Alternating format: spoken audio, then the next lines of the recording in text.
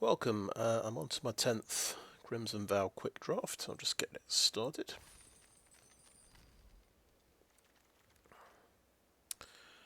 Okay, we have a Sundown Pass.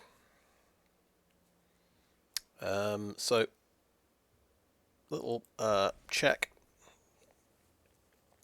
I'm pretty sure I don't have 4 of those, so I am drafting for my collection, but we're going to just double check that I've not gone and wildcarded those yet.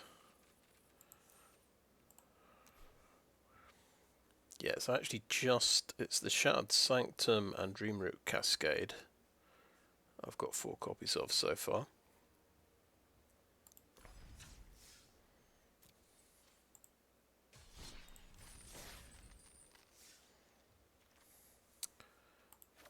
Right, let's grab that.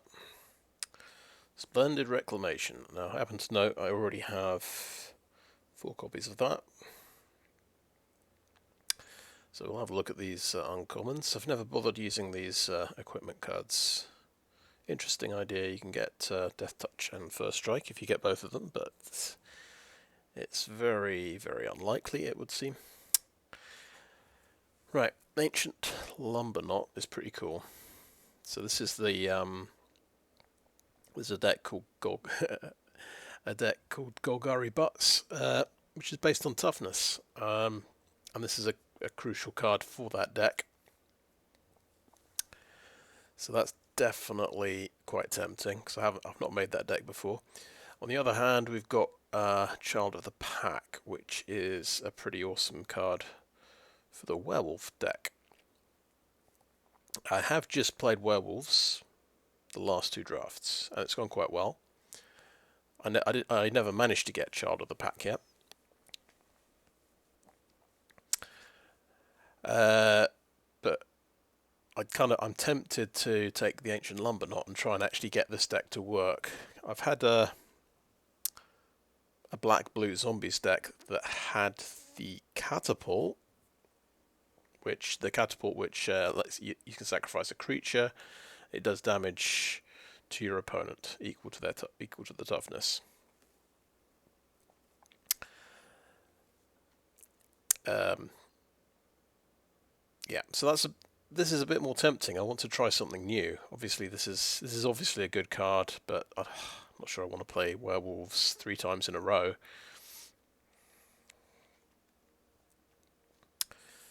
We do have a Flame Blessed Bolt, which is a pretty good one.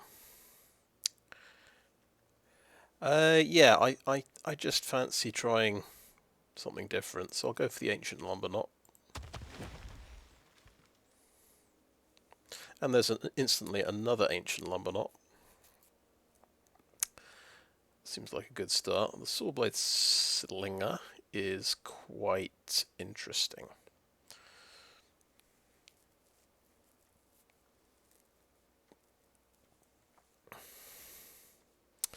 Yeah, with the we just go for the second Lumberknot, I think.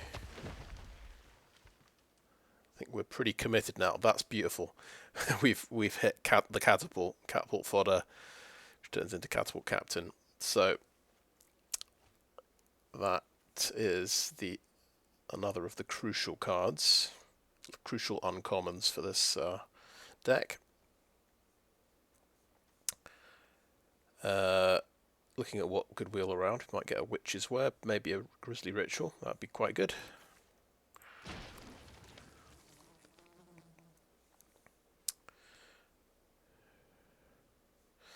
Right, Reclusive Taxidermist is quite good. Helps you ramp things out a bit.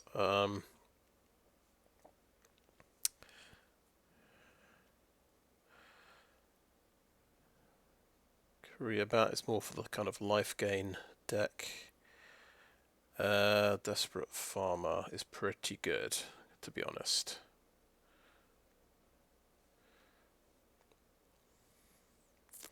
Grisly Ritual is pretty good. I think, honestly, I would take Reclusive Taxidermist. It has more toughness than power, so it actually helps you trigger helps you transform Catapult Fodder, and it helps you just ramp out your cards. So I think that is a good one.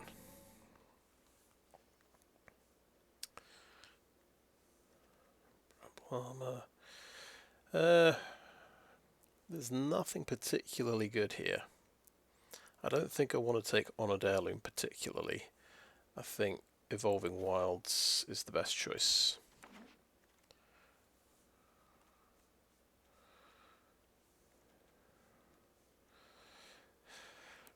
Yeah, not much for the actual deck concept here.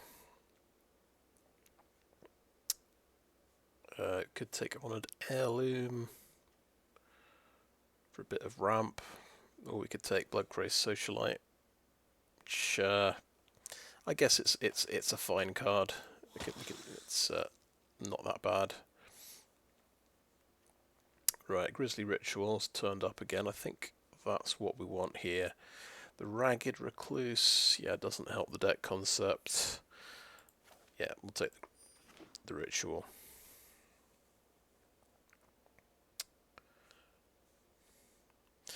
Interesting. Sheltering Boughs gives something more toughness, and you get to draw a card when it comes into play, so it sort of pays for itself. Arguably, this is a good card now. There's also Blood Fountain to get stuff back from the graveyard, which could be quite good. Another Bloodcrazed Socialite, which we're not too excited by. I think I've got to try the Sheltering Boughs.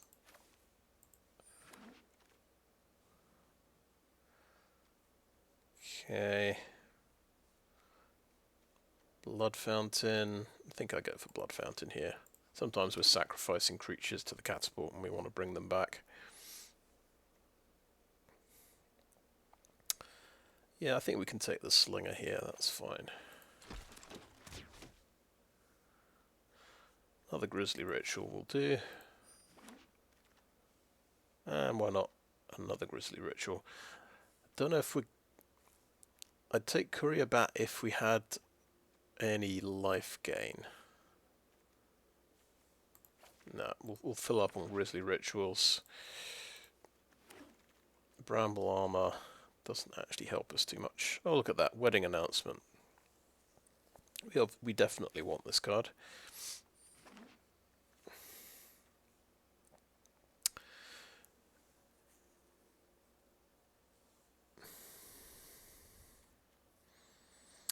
Markov Purifier is pretty good, but I don't really want to splash white, even though I've got Wedding Announcement.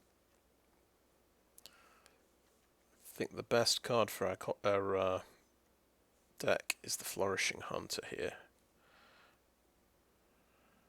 Sporeback Wolf is not bad at all as well, because it has 4 toughness on your turn. But yeah, Flourishing Hunter is pretty amazing.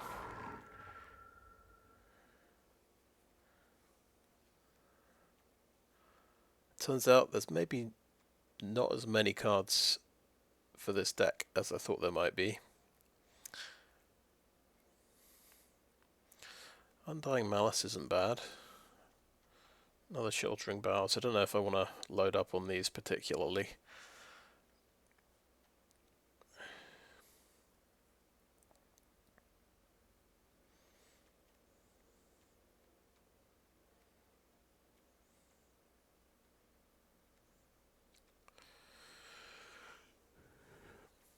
But one problem is we're just really low on creatures at the moment. If we have a look, yeah, just 7 creatures. Our 2-drop slot is looking bad. You kind of want to go 2 1-drops, 7 2-drops, 6 3-drops, 4 4-drops, then I think 3 5-drops and 1 6+ drop. So yeah, we're pretty top heavy at the moment. I think I'm just take a Ragged Recluse to fill the 2-drop slot.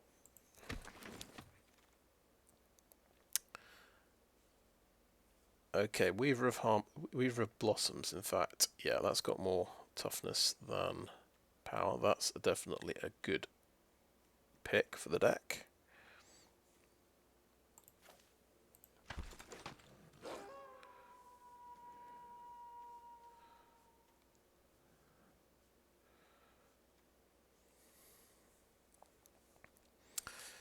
And yeah, we better take another 2-drop.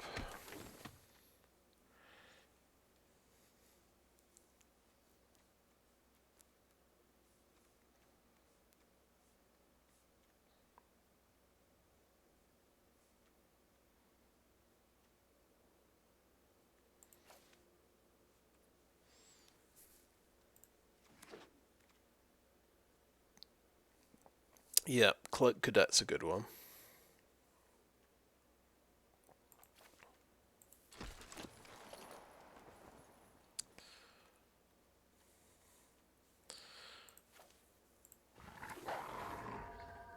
Another Ancient Lumberknot, wow.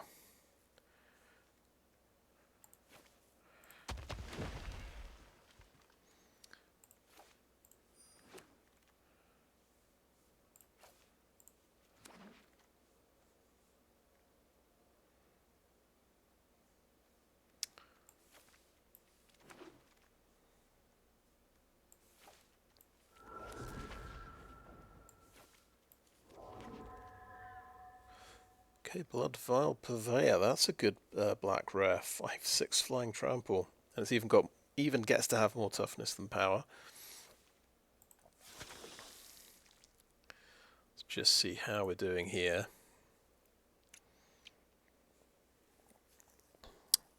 I'm now thinking maybe I should have taken all those ramp cards, all those mana rocks. Would help me cast my expensive stuff. Oh, Undead Butler. That's a nice one. It's actually perfect.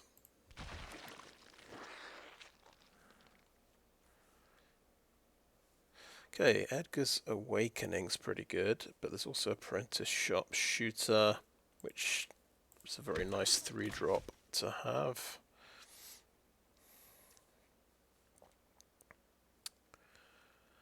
Wolf Strike is good. Diagraph Scavenger is pretty good.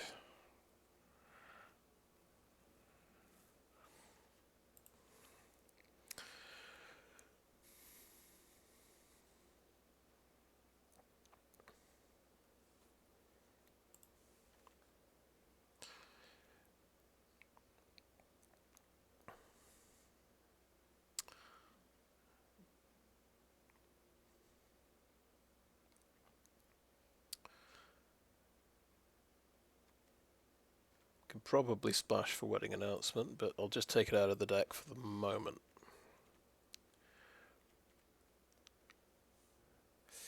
Really want this Diagraph Scavenger, but I think it would be very sensible to take Wolf Strike.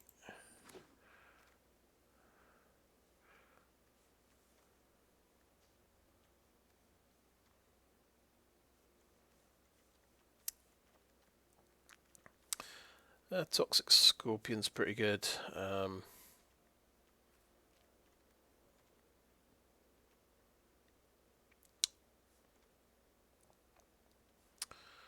Or we could take Evolving Wilds to just give us a better chance at splashing Wedding Announcement.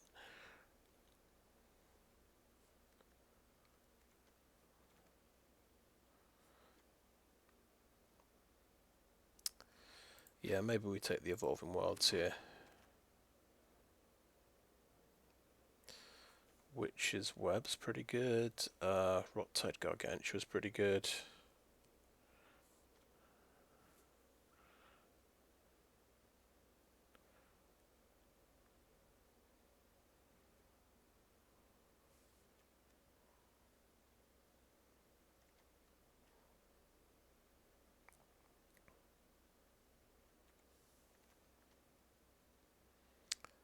Yeah, I'll take the Gargantua.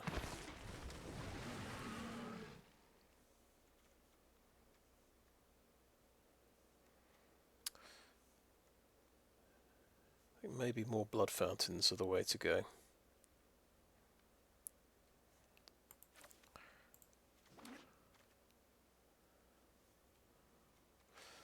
Probably 2 of those in the right number. Go for the Scorpion.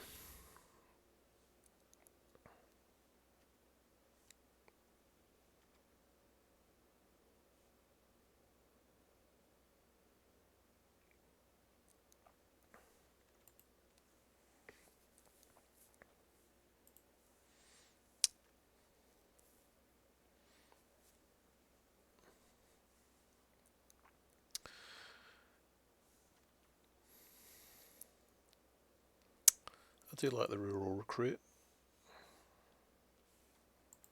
Let's grab it.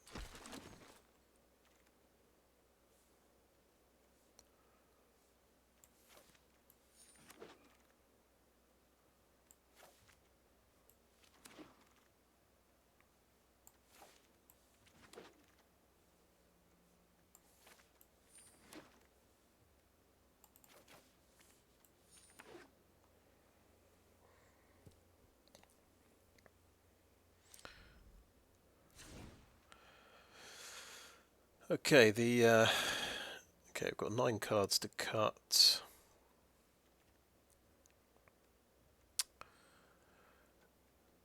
I mean, there's a few things I kind of consider filler here. I'm not a big fan of Bramble Armor. Somebody used this against me very effectively, but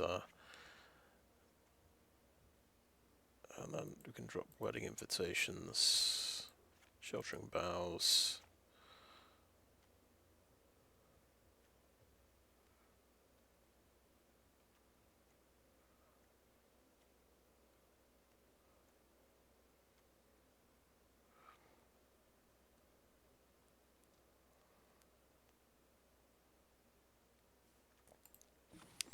So we're very heavy on 4 drops and 6 drops.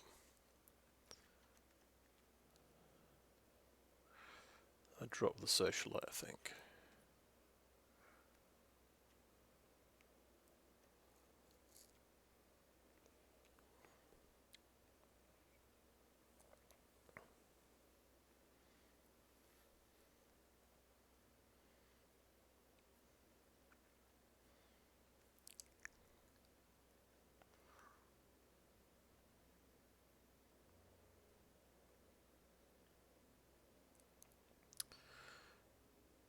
Yeah, maybe the Slinger's not that good.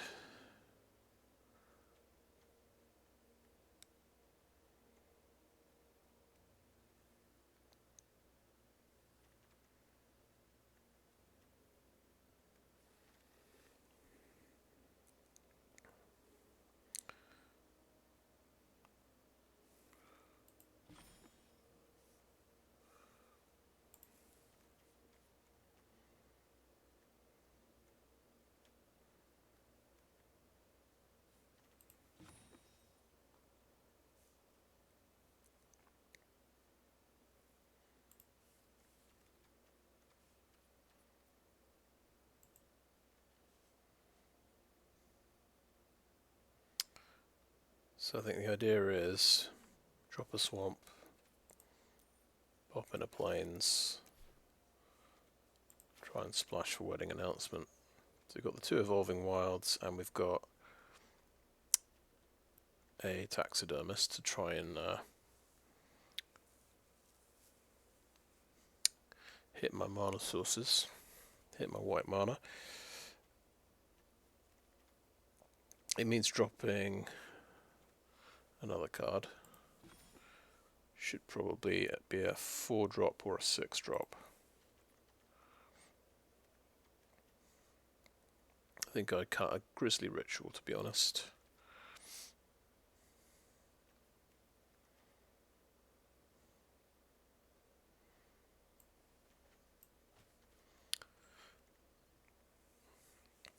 Yeah, I think I'll call that end of part 1. Have a bit of a think about the deck.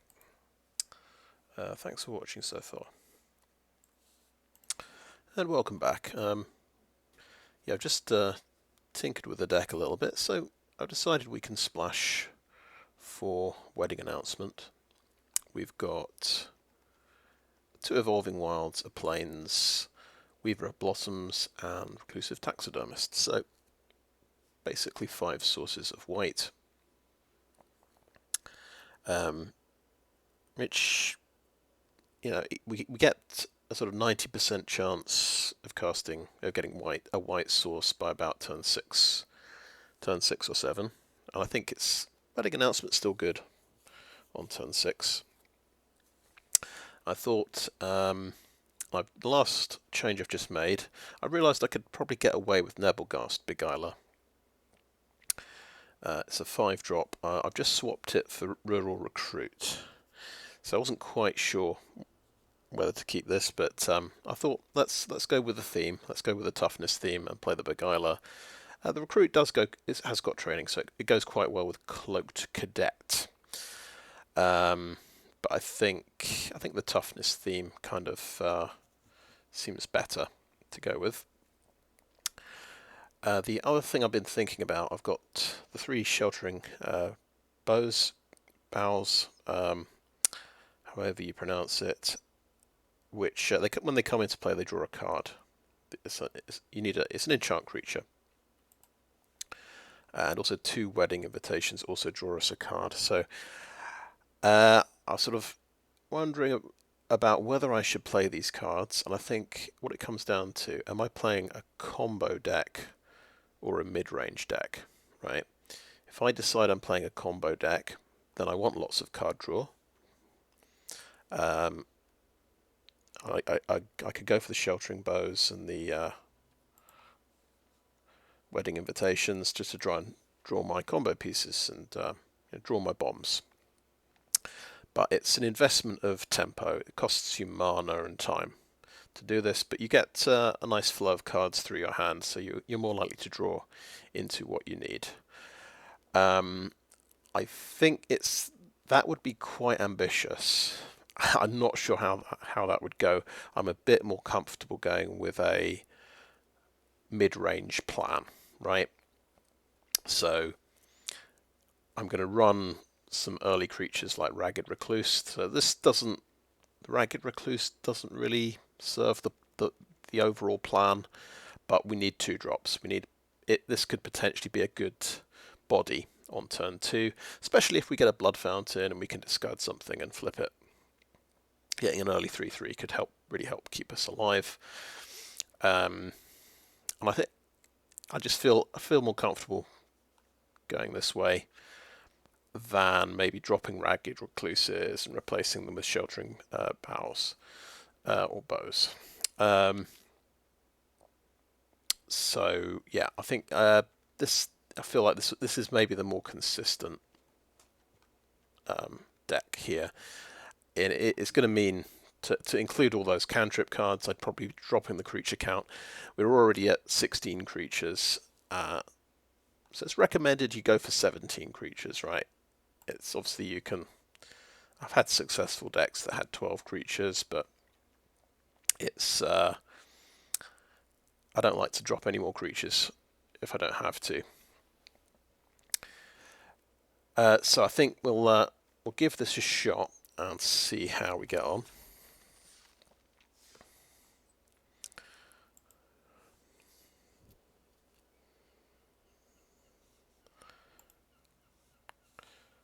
But it's quite exciting. I've not played the green-black toughness deck before, so see how we get on. Okay, we've got a 2-lander. We do have both colours, both main colours, and we do have a 2-drop. We have a couple of 2-drops, so that's good.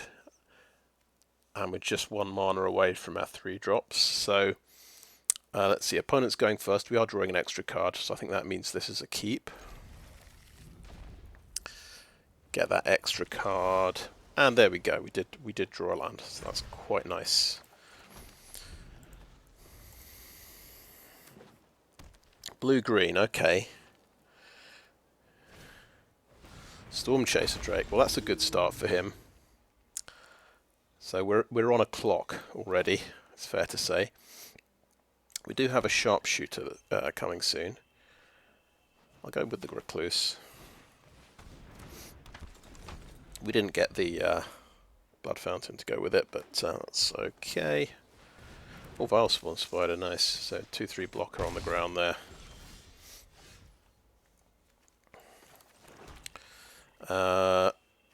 We could block him on the ground with a Toxic Scorpion. I think we'll go for the Sharpshooter here.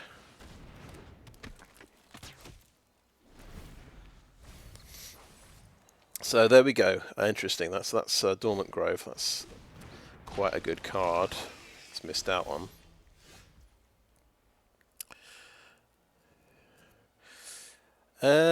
Catapult Fodder.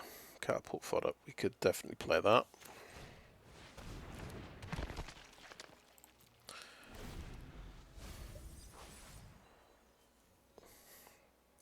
There goes one of his Throngs. So interesting, yeah. The blue-green deck is the self-mill deck with Vilespawn Spider. He might even have a Grolnok. Now we'll just be careful. So obviously we've got Bloodvial Purveyor. That's a huge bomb that could just win the game on its own. There's a lot of counter spells actually in this. There's Syncopate. There's Siphon Essence, there's Geistlight Snare, 3 different ones. So I think, on balance, we'll play the Ancient Lumberknot first. Let's see if it gets countered. Okay, that should flip Catapult Fodder, nice. And we have a scary board of creatures. Oh, and he's just conceded, wow.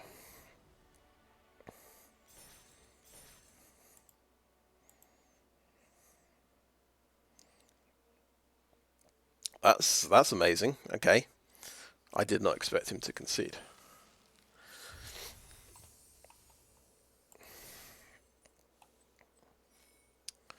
I thought that might get countered, and then I might win with the Bloodvial Purveyor. Oh well. I'm just relieved that we're not a 0-3 deck, to be honest. Never quite sure how these sort of new deck concepts are going to turn out. We've gone to be honest, we've gone a bit greedy with the mana base. I mean, we do have 2 ramp cards, but we've got, I think, 4 6-mana spells, which is a bit excessive.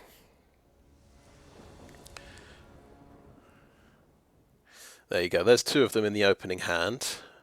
And a Catapult Fodder, but we do have 4 lands. Can we get away with this? This is a nice big blocker on turn 3. Yeah, I'm a greedy player. I keep hands like this. I mean, I've got perfect land. Okay, I don't have double green, but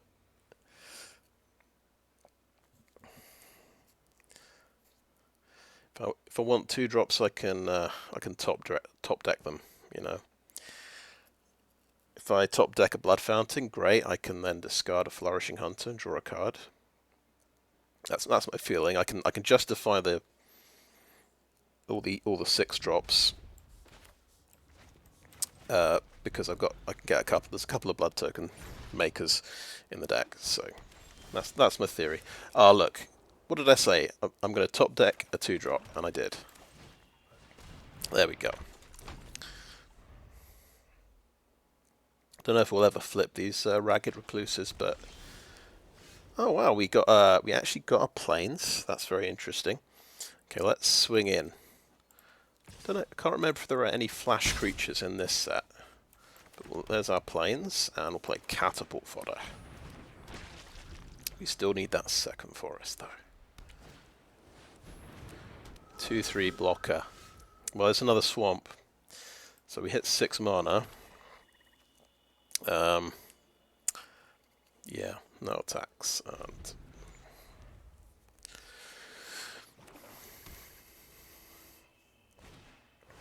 oh yeah, Mark of Purifier. Not bad at all. Well, we've drawn one of our splash cards, the Nebelgast Beguiler. That could be good.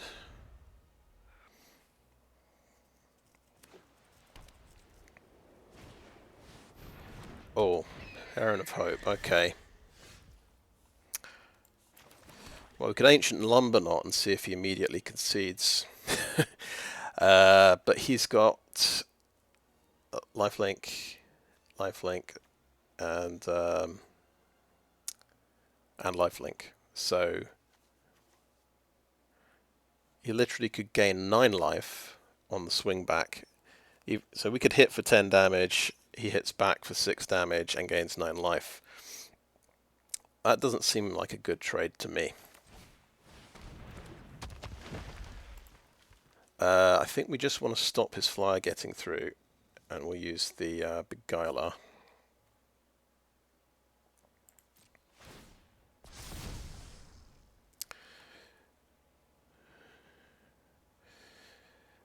Now, we could swing in with Catapult Captain, I think.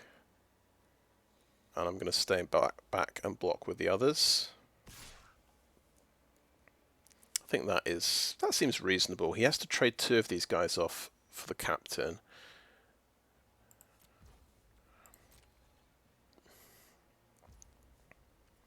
Six damage through. Okay, and end the turn. So we're just going to tap down Heron of Hope.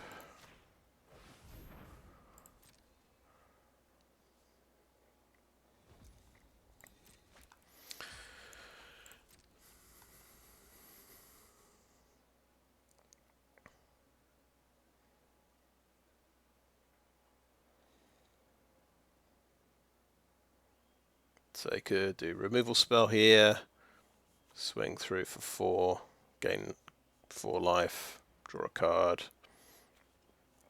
That'd be pretty bad. I'll block here. It's very risky, but I'll let him show me the combat trick, is my theory. Because that's also quite reasonable. He draws a card. Beautiful. Beautiful. We hit the second forest. That's right. I think we do Flourishing Hunter before combat. We've even got the white mana to tap down Heron of Hope. I think I want to... Do we swing in with Nebelgast Beguiler?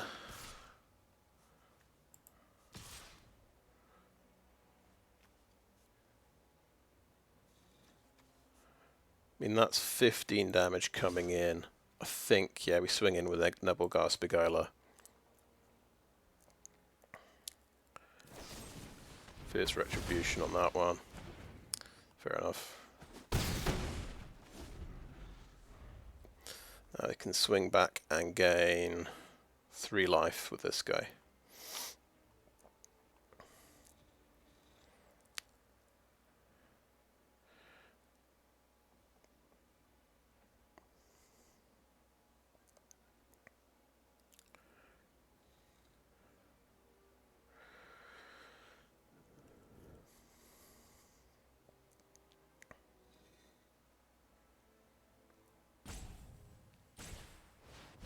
Okay, that's imprisoned, but it's still... He can exile it next turn, but I still get the ability for the moment. Nurturing Presence, that makes a token, and it gets to be a bit bigger. Okay, so I think we're swinging... So we'll play a Flourishing Hunter first, gain some more life. Yeah, swing with a 6/6 and a 5/5, I think.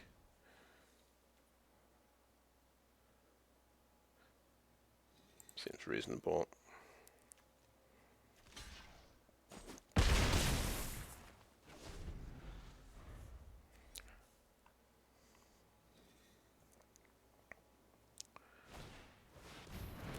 Okay, Death Toucher, that's a good draw for him, and he gains 2 life as well. How does this work? Oh, creatures give this +1/+1, okay, fair enough.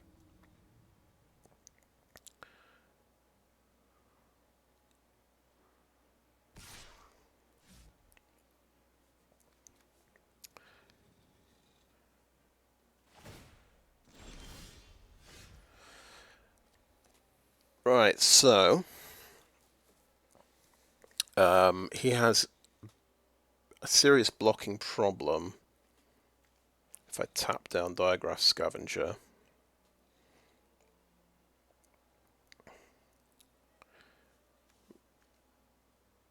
That's my feeling. Tap down Diagraph Scavenger.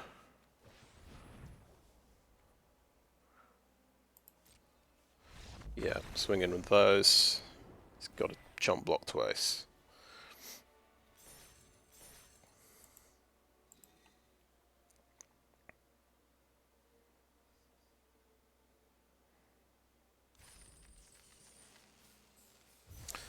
Well, maybe that was a little gamble, but luckily we drew land, and we could play our Flourishing Hunters from the opening hand.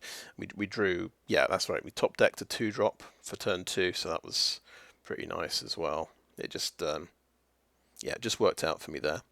Could have backfired.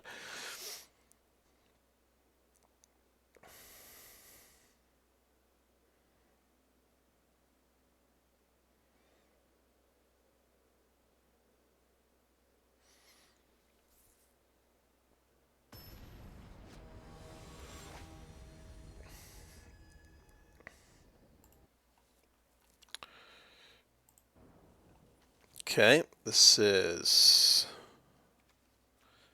not so great. So there's another 2-lander, but this time we've got nothing we can play on turn 2. We do have a 3-drop. So this feels very risky. I think I'm going first as well. I don't get that extra card, so I think I give this a mulligan. Okay, cool. This time we have 4 lands. We can get green, we can get white. We've got Blood Fountain, Ragged Recluse. That's really good. I think, on balance, I pop Grisly Ritual on the bottom of the deck. I just prefer having the right lands a little bit. And we can discard a land with Blood Fountain if we have too many. So I think that should work okay.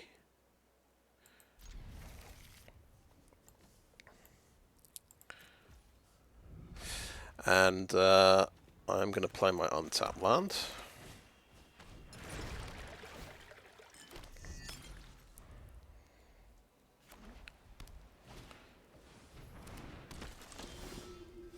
Hey, look at that. Another Ragged Recluse. So that's going to be our turn 3 play as well. And I can flip both of them, in theory, with 1 blood token.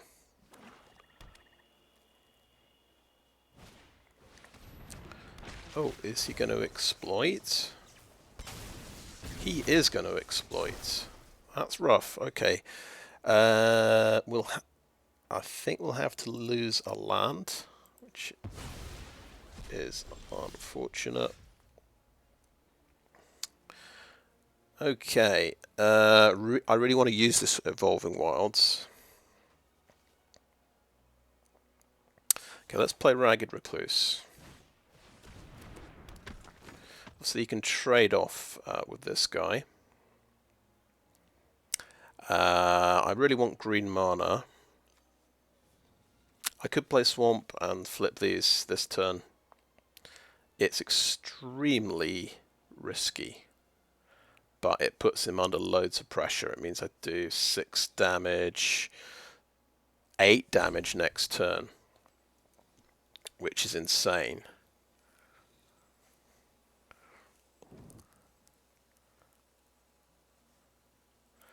It's interesting, he's put me in a very awkward situation here. Okay, maybe we just go for the most aggressive possible route. And I'm going to use that. Discard that. And we did get another land. We'll go for the just Odious Witch aggro play and see if we can just win in the early game. Oh, that's a 1/4. He's got a good blocker. Now we see the Apprentice Sharpshooter, of course. Right. We'll play the plains. And we'll swing in like this.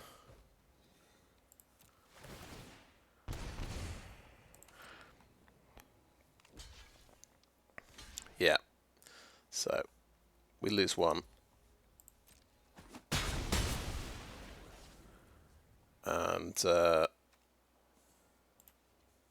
we could bring that back if we wanted.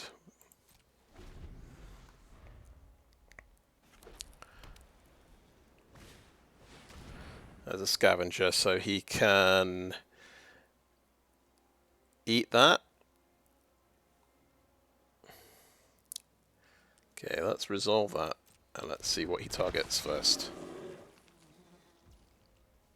Okay. I'm going to save that with my Blood Fountain, that's my plan.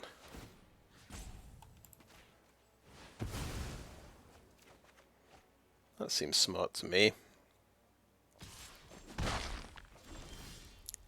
Oh my goodness, we hit wedding announcement. That is a huge help. Right, we'll swing in with the witch. Trade off, yep. Wedding announcement.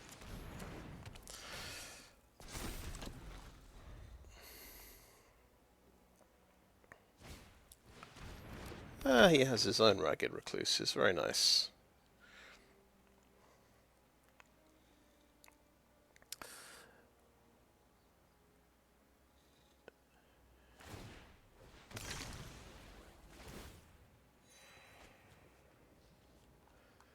So that flips to a 3/3. We top deck a forest. Very lucky. We were not super punished by discarding my second Evolving Wilds. Okay, we'll empty the hand here. Sharpshooter and Recluse. No attacks.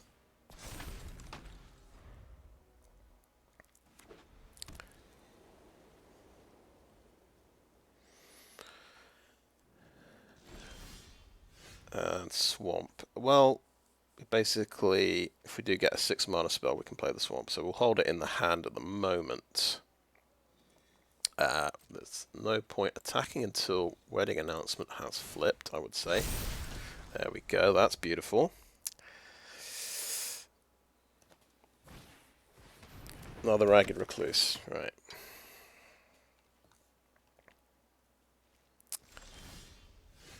Oh, Grisly Ritual. That's nice. That's very nice indeed.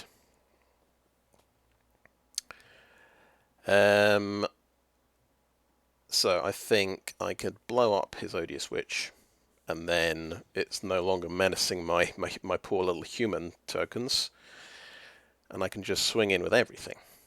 That's what I feel.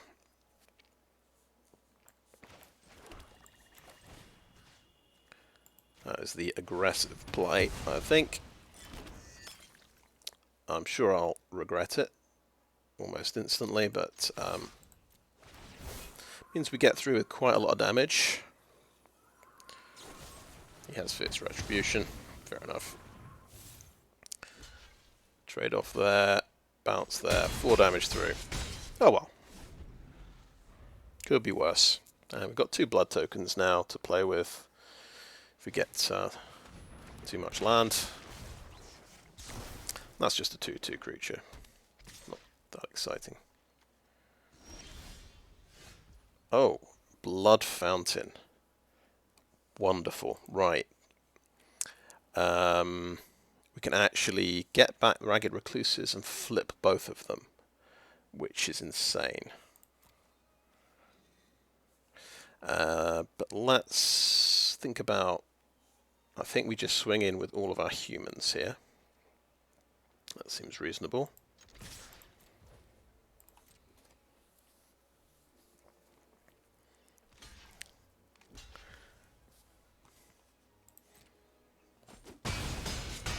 Okay, so Blood Fountain.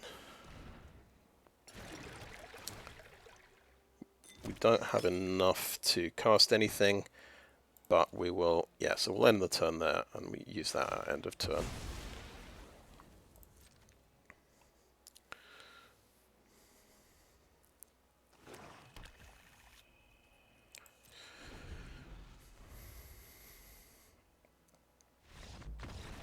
Right, yeah.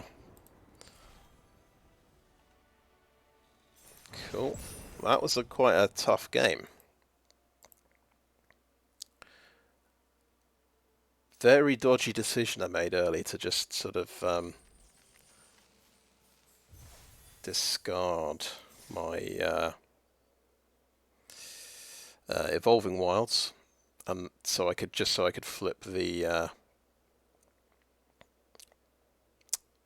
flip my witches, flip my Ragged Recluses into witches a turn earlier. But it seemed, in my mind, it seemed, well, that's 8 extra damage. I can always draw a forest later, you know. 8 damage now, a turn earlier is pretty significant. Right, okay, well this is nice. Got 1 of each mana. We've got 3 2-drops and a 5-drop, so that seems like a very good hand.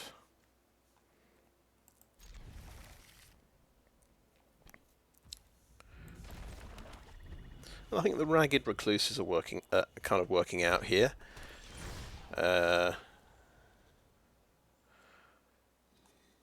We could Butler first, I suppose. I'll go for the Recluse, because it does 2 damage. It's the most aggressive play.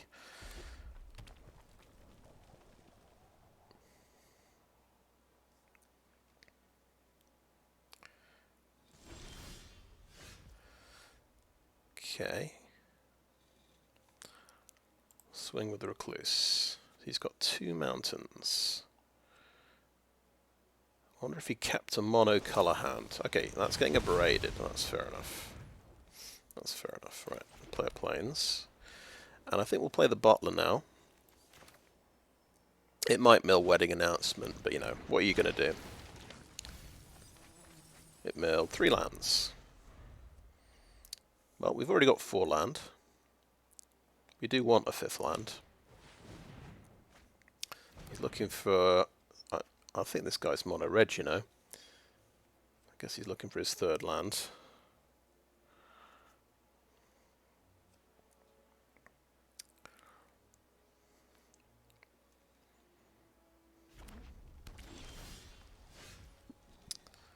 Okay, there's a Blood Fountain.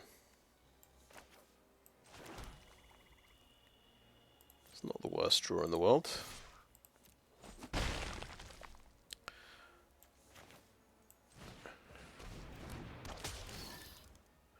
Oh, I could have given him Death Touch if I wanted, but there you go. Right. Now, we could discard Cloaked Cadet and then get it back later with Blood Fountain. If we want to try and make a land drop next turn. Or we could wait and see if we get a land drop this turn, because then we could just play Cloaked Cadet. Chandra Dress to kill, goodness me. Yeah, that's definitely pretty good.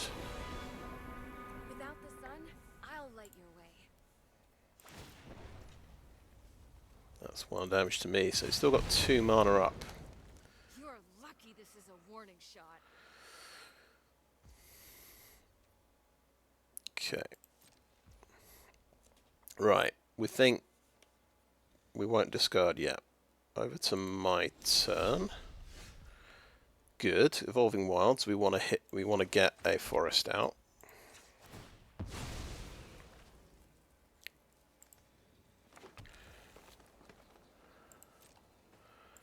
Put some damage into Chandra. I think that makes the most sense. And Really cramping my style. and the turn.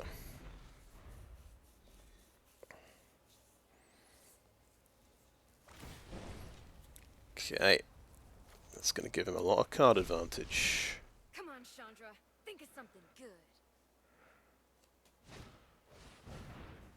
So Hungry Ridge Wolf. Oh, he got... Did he get a swamp off the top? That is unfortunate. So I guess he's black-red.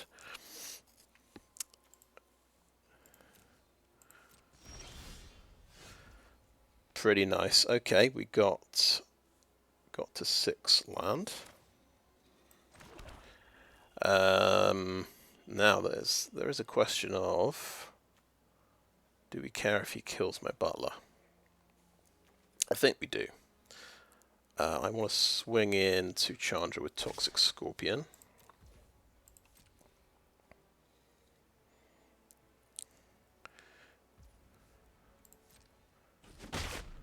You're just never gonna learn, are ya? And then we'll play a Cloaked Cadet.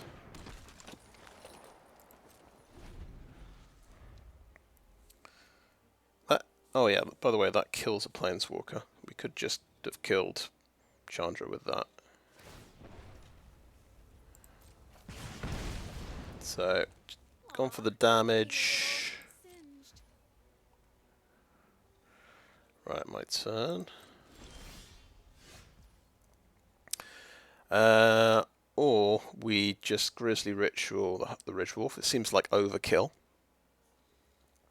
Then we swing in and try and kill Chandra with everybody. But it means we get rid of 2 things instead of 1 thing. Yeah, that seems fine to me.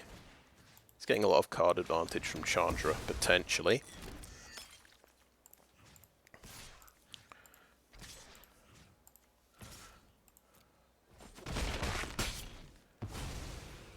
Wow, not even a gift bag. That's a big creature. Okay, Flourishing Hunter. You're quite good. That gains me 4 life, I believe.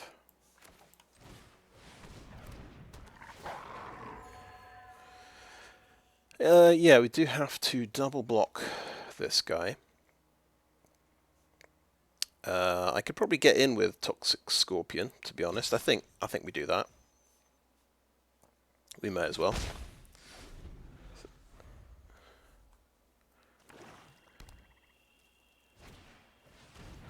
Ooh, he's hit his black mana. He's got so that can seriously take stuff down.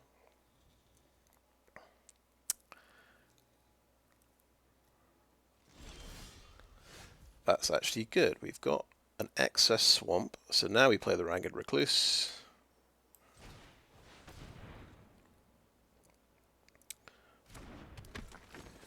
Blood token. Discard a swamp.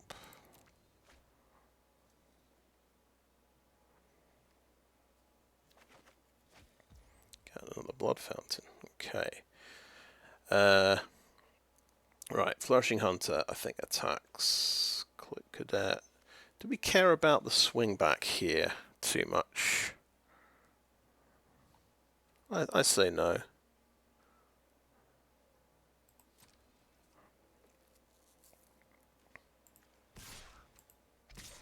So we'll go in with the Scorpion.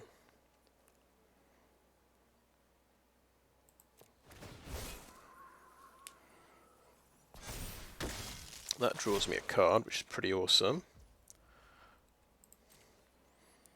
And we get the Lumberknot. Okay.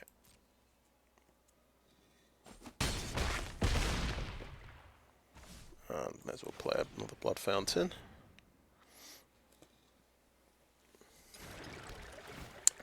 So Blood Tithe Harvester will probably kill my Hunter, I would guess.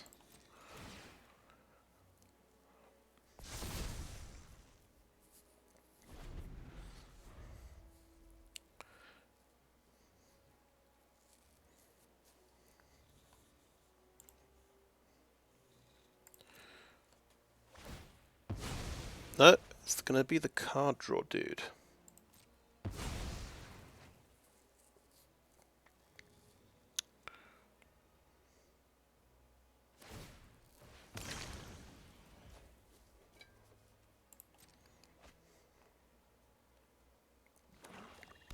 So I think he's got a plan for the hunter. Or maybe not. I was expecting a Grisly Ritual there. Can't think what other removal there is. Probably is some good stuff. Right.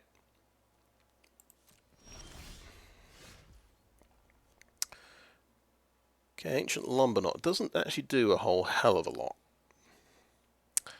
Odious Witch is going to just sort of face plant into these celebrants here.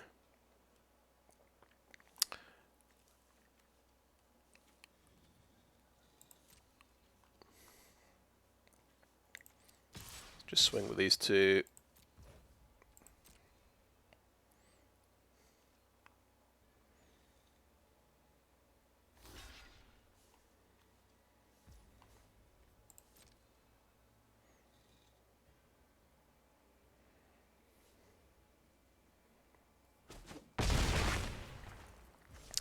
Now if we keep full mana up, we could bring back Cloaked Cadet and Ragged Recluse.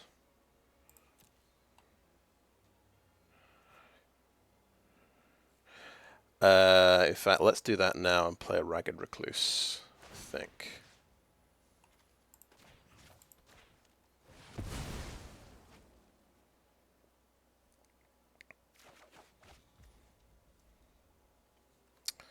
Play a Ragged Recluse.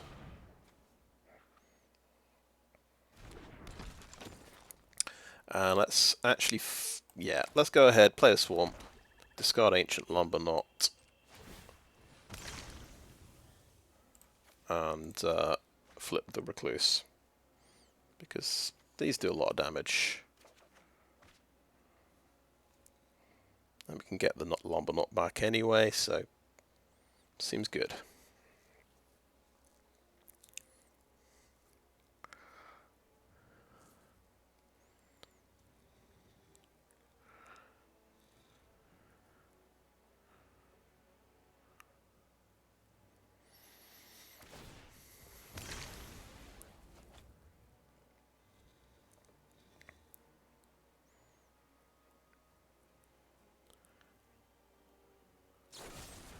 Braided that one, okay.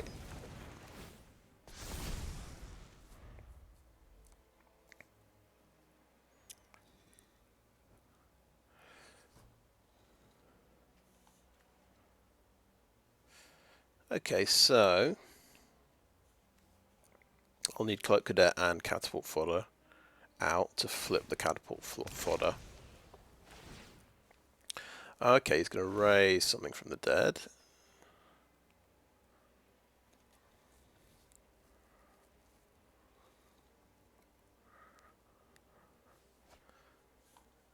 Okay, Ragged Recluse. So he should be able to flip his Ragged Recluse.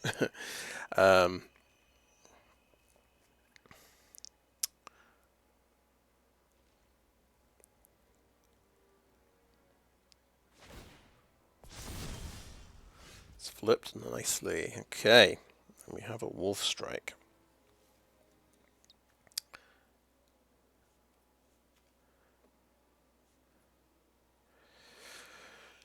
Okay, is he going to be able to kill my Flourishing Hunter at instant speed? Is there anything that does that? There is Hero's Downfall. It's double black though, and Bleed Dry is double black. I think we're lucky. I think we're good here. Rending Flame does 5 damage. Okay. So I think it's pretty simple. We Wolf Strike the Falcon Wrath Celebrants.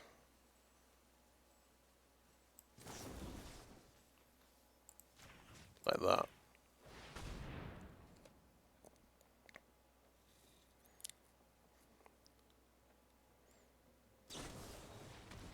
Oh,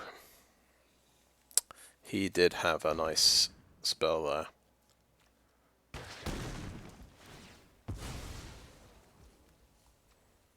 Does it come back tapped? Oh well, it comes back tapped.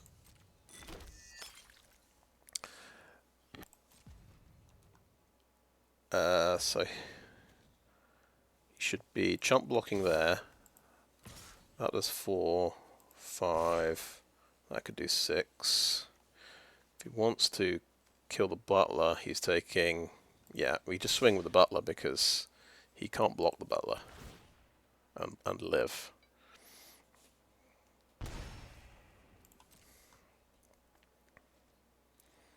So this should still kind of work out. Okay, he's going to trade off. But that's 8 damage through.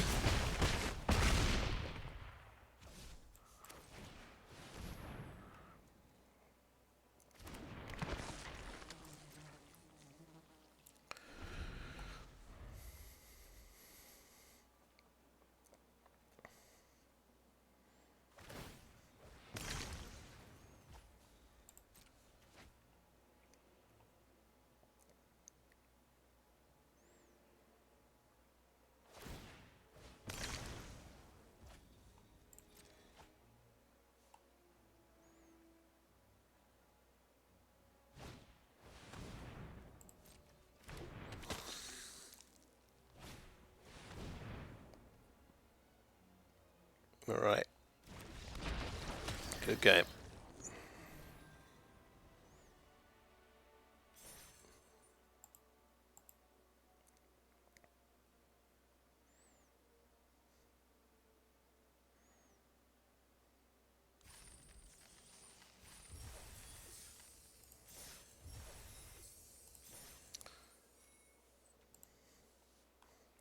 Yep, good going so far. So I feel like you can get away with a slightly greedier mana curve in this draft.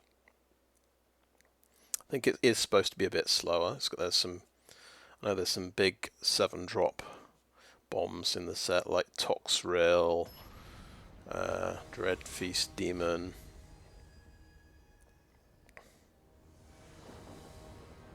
Oh, I'm always suspicious of players that are in bronze. I feel like they always seem to trip me up with unusual strategies. But this is a good opening hand. We got all our mana, and we've got a 2 and a 3 drop, a couple of 2 drops, Blood Fountain as well, so we can flip our Recluse.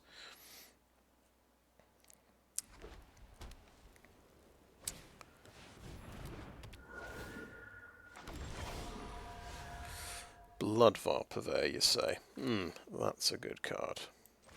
Right, so we could go Scorpion Blood Fountain here.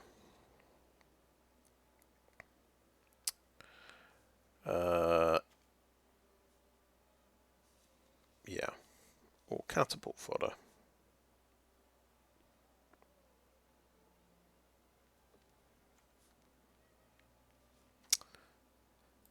I like the Catapult Fodder, I think. Because we're going to play Bloodvial Purveyor next turn. So this is the scary blue-white deck with auras and lots of little 1/1 flyers.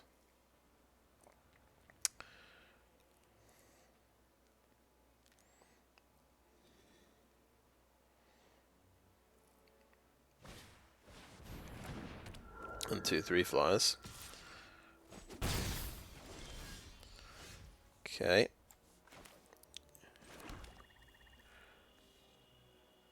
I think technically speaking, I can attack with Catapult Fodder, and I think I attack with Ragged Recluse as well here. I don't really have time to flip it, so this is can block only creatures with flying. So I'm just swinging like that. That's a fine trade. We'll play Bloodvial Purveyor.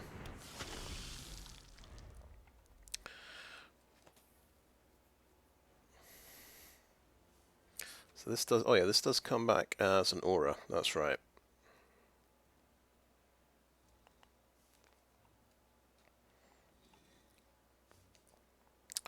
Right, blue-white removal spells. Fierce Retribution is a good one. Valorous Stance is the other one that white has. Blue has some bounce things. Right. Okay. I think we want to, yeah, we definitely want to get to 6 land. I'm not thinking about discarding land yet. Catapult Fodder. Oh, wait. Undead Butler has more toughness than power.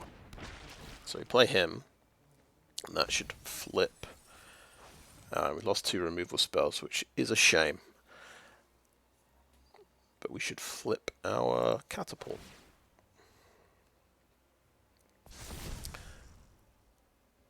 So it does 2 damage, which is pretty good. Bloodvial Purveyor might just get blown up here, but that's fine. Valorous Stance, or the destroy attacking creature, which we've seen a couple of times today already. It's called Fierce Retribution. And there it is. There it is. And you got a blood token off that as well. 2 damage goes through. We'll play Toxic Scorpion.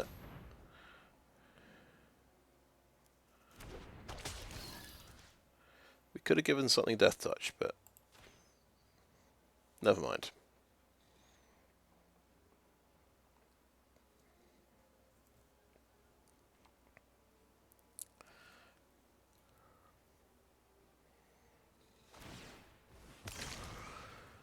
Okay, discarding Heron Blessed Geist. Yep. Fair enough.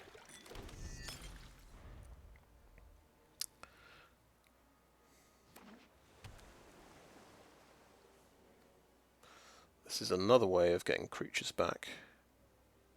With the undead, sacrificing the Undead Butler to do a couple of damage. Okay, yeah, that's a good one. That gets you a 1/1 flyer.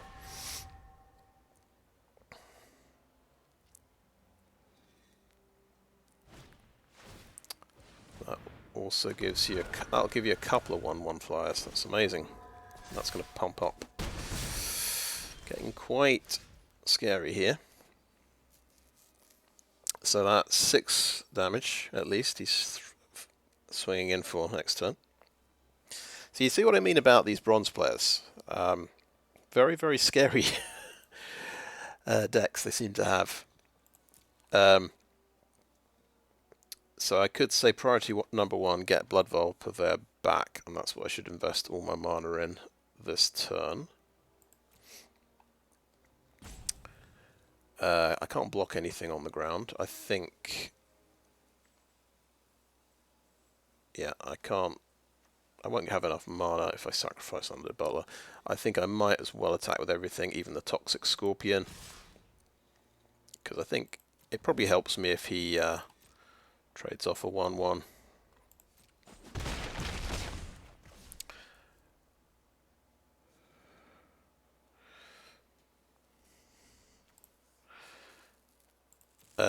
So we could... Alright, Cloaked Cadet gets us to draw cards. Ragged Recluse actually gains us a bit of life when it swings in.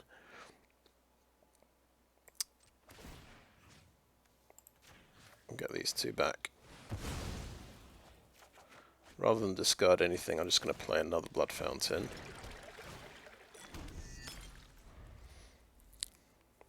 But I think he probably got us here, to be honest.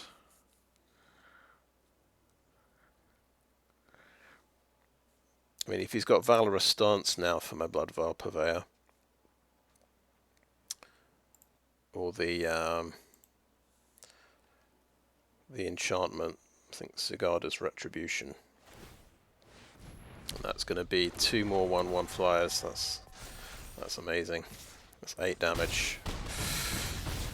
Can probably just overwhelm my Bloodvial Purveyor now.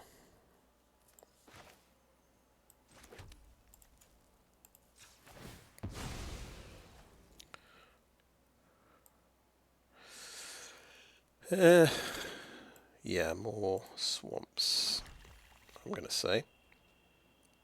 So, I feel we're very dead. we may as well swing in with everything.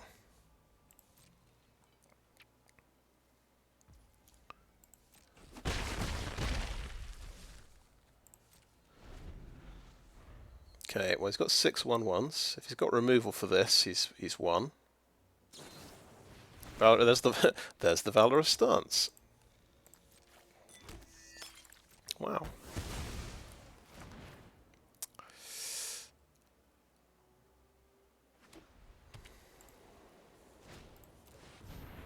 Another Brine Coma. Sure.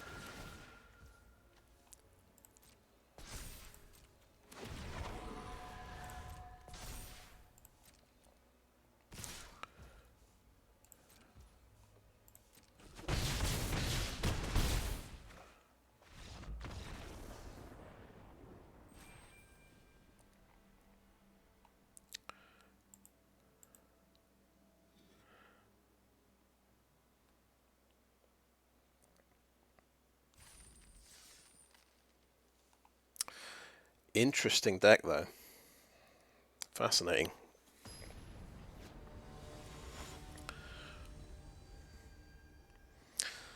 Hello, this is a Mythic player, and we get the two lands, 2 swamp opener with no playable cards. You see, this is how they get to Mythic. They make you have terrible hands. Okay, that's better. We've got our top end cards here. Right.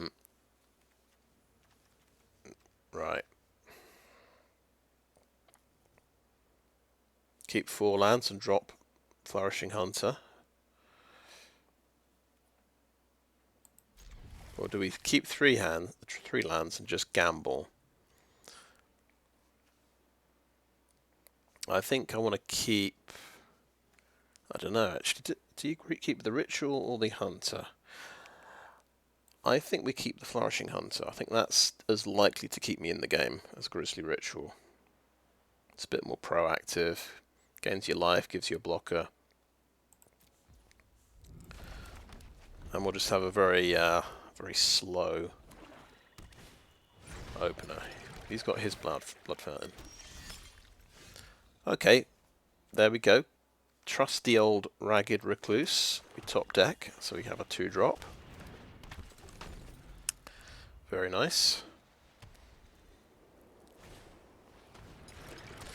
Another blood fountain.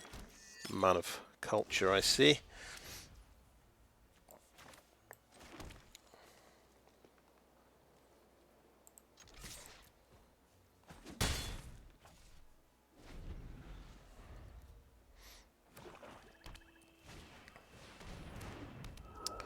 Okay, yep, good one.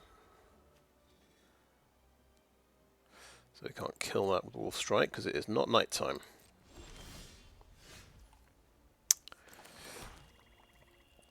Right. Could Lumberknot now. Then that's a 4/4 beta. Or we could Taxidermist, and then if we do top deck a land next turn, we could just play Flourishing Hunter straight away. I think I'll go with the Lumberknot.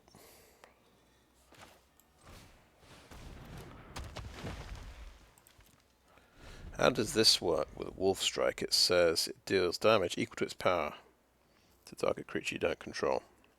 Wolf Strike does not go very well in this deck then, because with all these creatures with low power. Because I think combat damage is not the same as Wolf Strike damage. It doesn't. If it said it dealt combat damage, I guess it might work. Okay, he is looking for stuff. Sealing Curtains, so that's a nice one. So Archghoul goes in the graveyard. Yeah, I think he was just looking for that that land.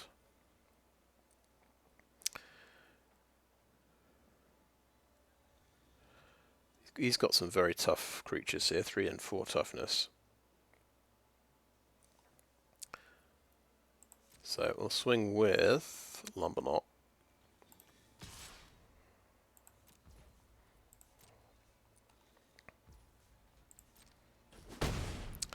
And play a Taxidermist. So we could top deck a land to play the Hunter or play Wedding Announcement.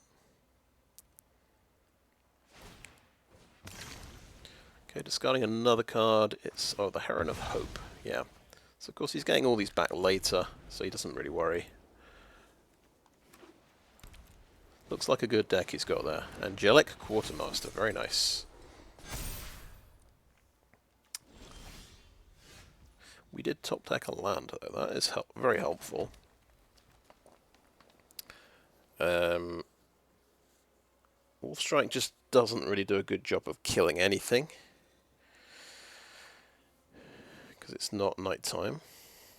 Can only do 1 damage, or 2 damage. Yeah, we'll play the Flourishing Hunter. Seems reasonable. He's got good blockers now for Lumberknot, so he won't attack.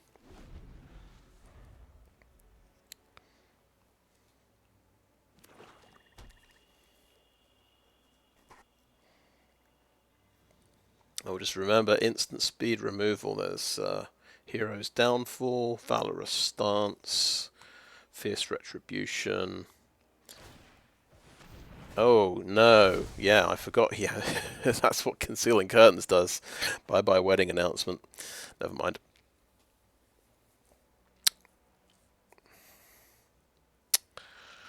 So he could still have Valorous Stance up, but he's tapping out. He is tapping out.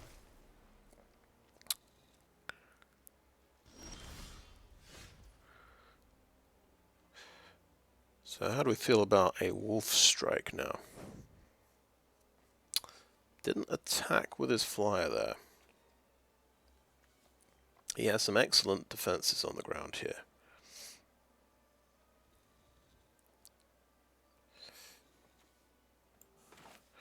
Right, I want to play Catapult Fodder.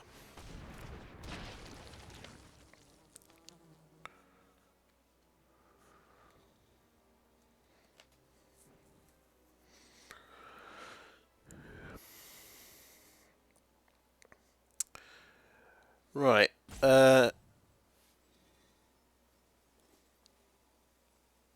So if we could Wolf Strike the Revealing Eye, that means Lumberknot can swing in. He's seen Wolf Strike.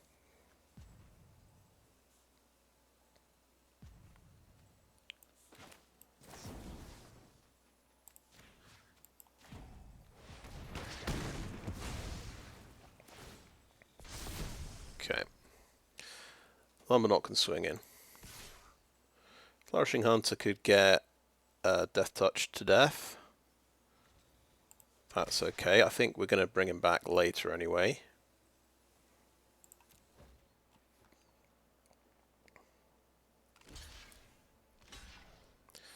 Okay, fair enough. I say we take out the flyer in that case.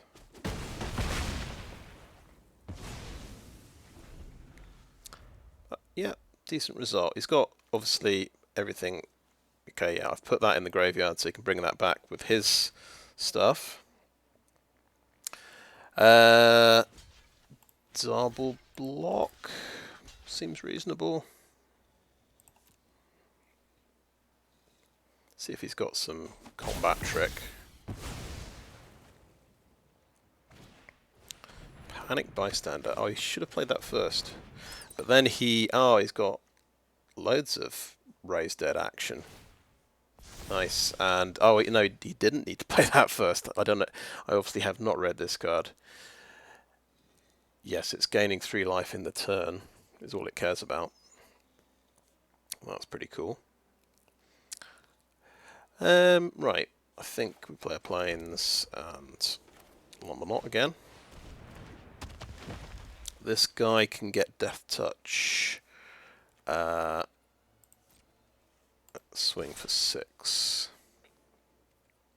Doesn't have the mana to give it Death Touch, so let's go for it.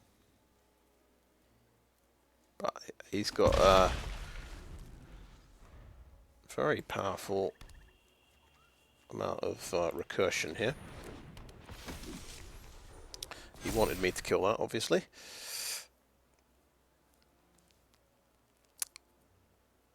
This guy's a bit of a beast.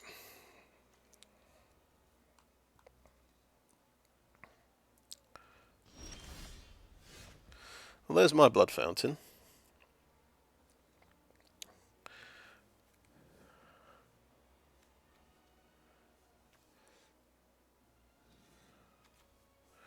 Okay, I'm going to swing in with a Catapult Captain.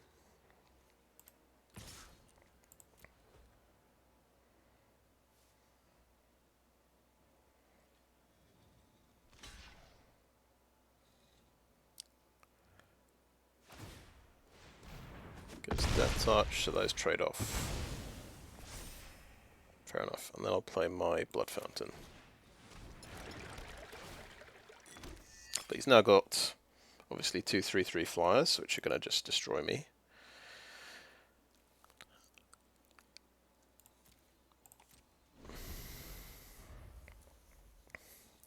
But I've got 8 damage on the ground at the moment. Although the Taxidermist is not going to keep those stats, unfortunately.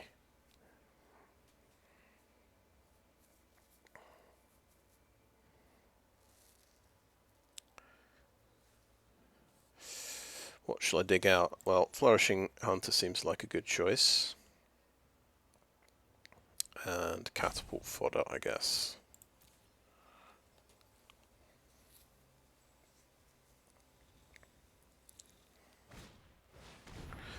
Wow, okay, he's got a lot of life linkers. It's a good top deck. He can give Angelic Quartermaster lifelink as well.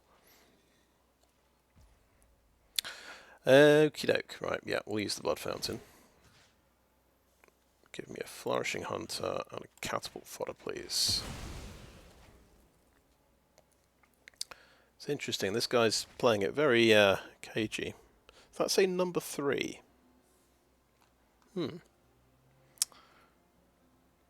Be very impressed if I'm playing the number 3 player in Limited. Right, we can obviously... Well, let's play Flourishing Hunter. Get a bit of life.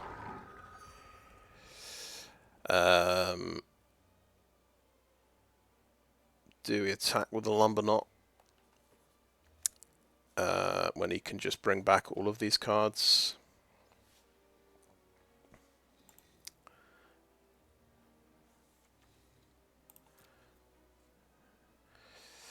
Doesn't look great for me at the moment, gotta say. I think, yeah, these guys, killing these guys is kind of counterproductive, so I don't think there's any point swinging in with the Lumberknot.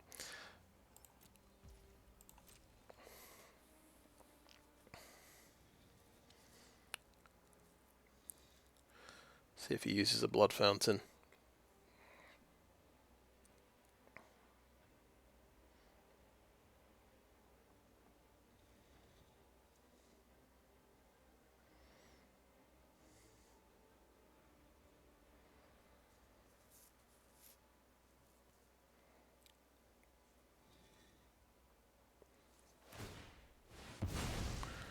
Yep. Right, Concealing Curtains. So I can get rid of my Catapult Fodder, of course. And the Panicked Bystander. Which is quite easy to flip, really.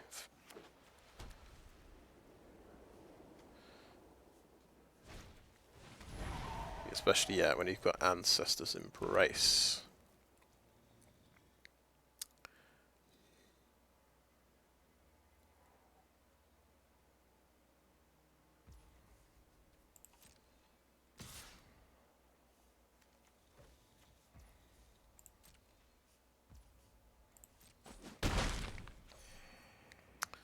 So yeah, play the Panic Bystander and flip it, I guess. Oh, unless he wants to get rid of my Catapult Fodder. Okay. Yeah, because he can do both. He can do both, of course.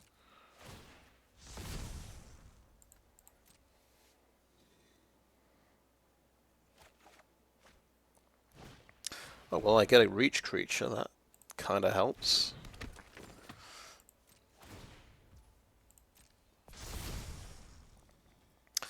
My turn then. Evolving Wilds digs land out of my deck, so it's good.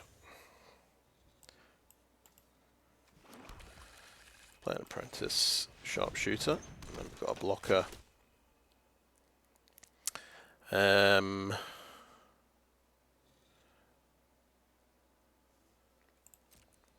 not feel confident about attacking here at all. He has absolutely rounded up all the possible value he can possibly get out of Orzhov in this set. It's pretty impressive.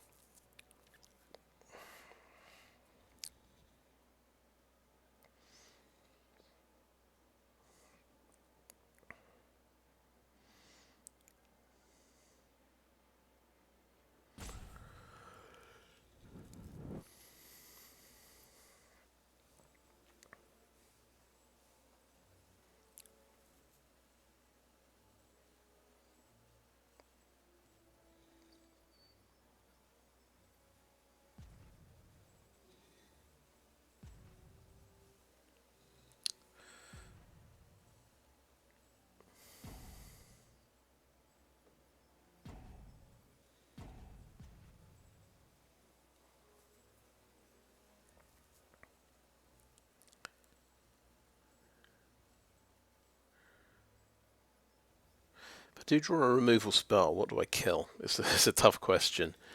I suppose if I kill the Courier Bat, I can get rid of the Ancestor's Embrace. That will actually get exiled. But then he can... Well, where else? He's got lifelink. Then this flips, so that becomes a source. You can gain 4 life off that if you swing in. He just needs to... Right, pass to attackers. Okay. Block like that.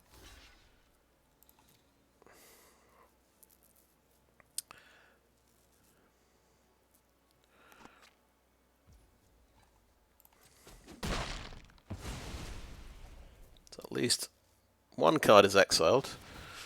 That obviously flips, which is terrible.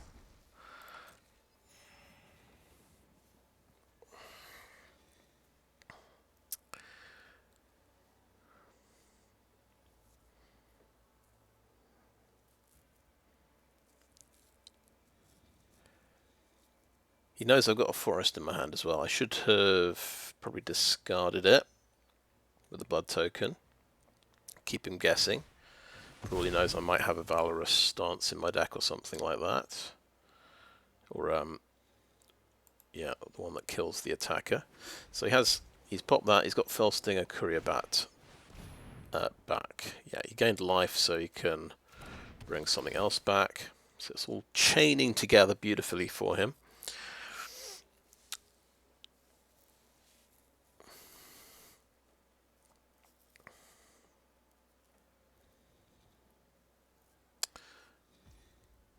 Archghoul, yeah.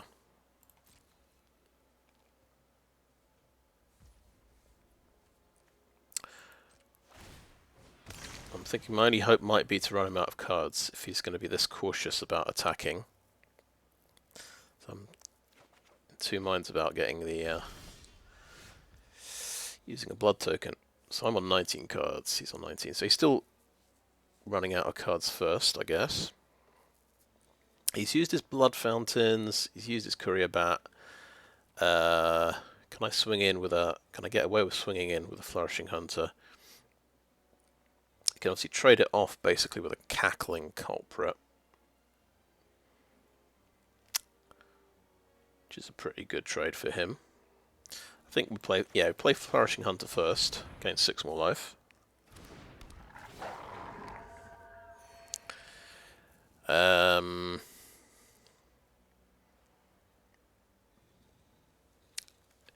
Is there really any point attacking here? Well, he might kill my Sharpshooter, and then it becomes a race. I don't know if we're succeeding in grinding him down here, but we've ground out his Blood Fountains. I've used one of mine.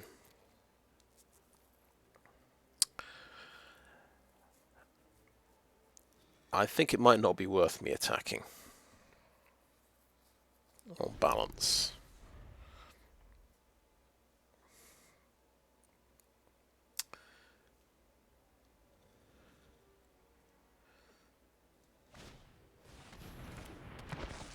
Okay, there's the Arch Ghoul. So he's got a load of things that are going to let him draw more cards. So yeah, put that in the graveyard. He is going to target himself. Right, he's definitely running out of cards before me.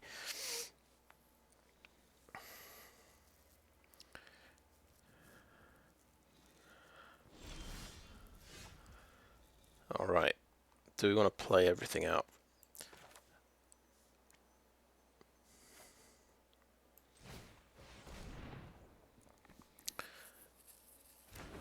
I think I play everything out, honestly.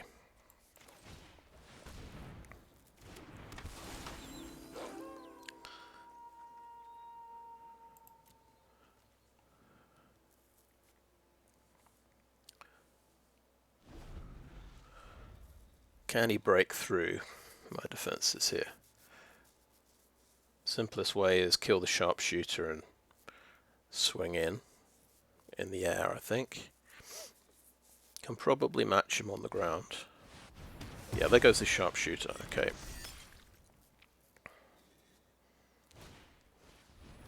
That can pump the Quartermaster, that speeds up the process.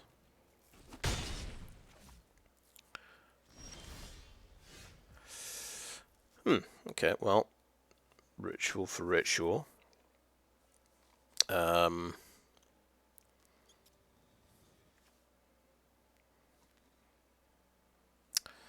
I mean, he's basically got 2 death touches to take out both my Flourishing Hunters. You could trade there. I don't think there's a huge amount of point in attacking it, but I've got this extra 4/4, I guess. But yeah, let's blow up the Quartermaster.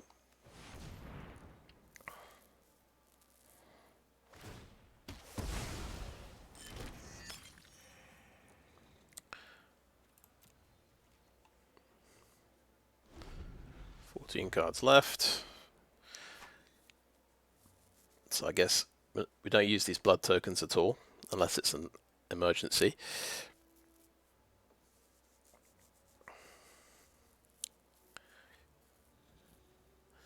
So I guess, yeah, on the ground, when you've got death touches on both sides, it's quite a big advantage for the defender.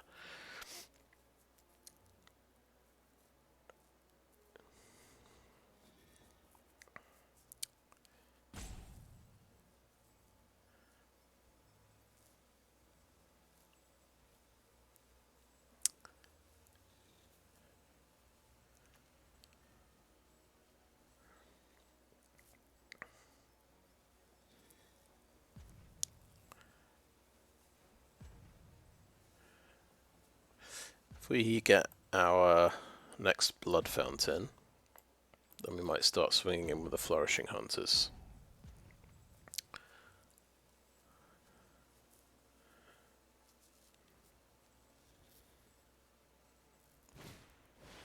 Blackray Socialite. So that's Menace. It can pump itself to 5/5 with a blood token. That's another Death Toucher as well. That's 2 direct damage. And another Travelling Minister. Wow, that is an army he's got. Very impressive. Okay. I'm going to keep playing out my creatures here.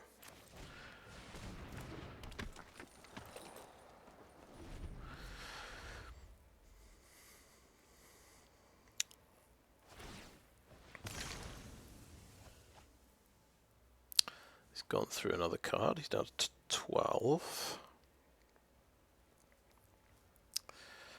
Feeling this is going to be a long video.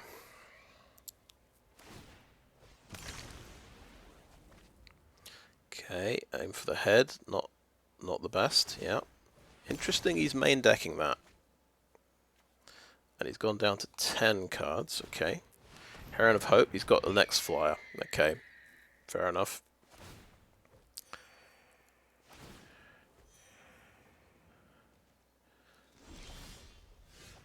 Okay, Swamp. This guy is swinging in for 4 damage every turn, right? With the 2 Traveling Ministers. And he can get in with some damage on the ground as well. So I give myself about 5 turns left.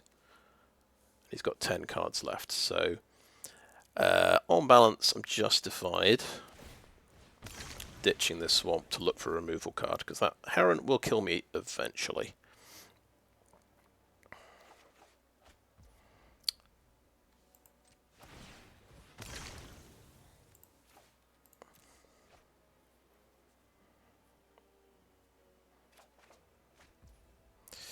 Okay, I've got 13 cards left. Yeah, I think I'm justified using this to get a land out of my deck.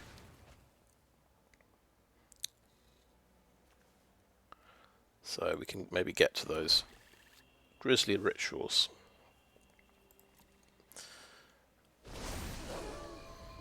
A bit easier.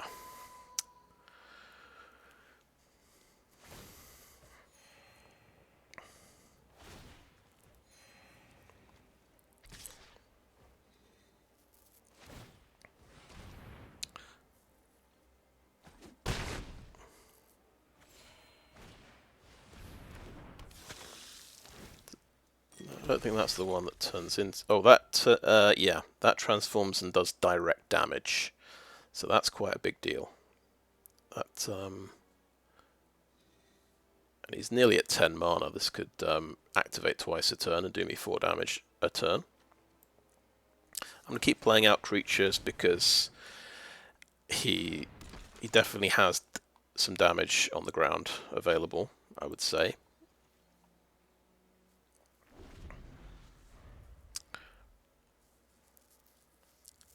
Cloaked Cadet can draw me a card if it trains.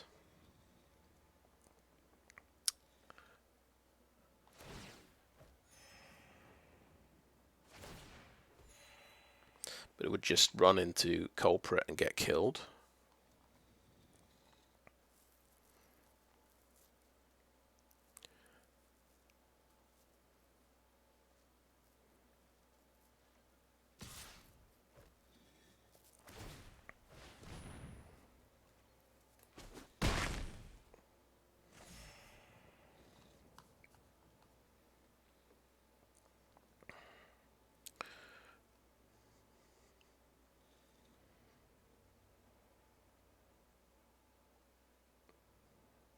But I've got to say I love the deck.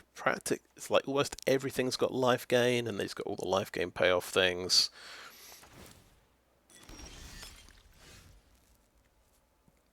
Alright, there's 2 blood tokens to transform this guy. Right, fair enough. That's going to speed it up for him.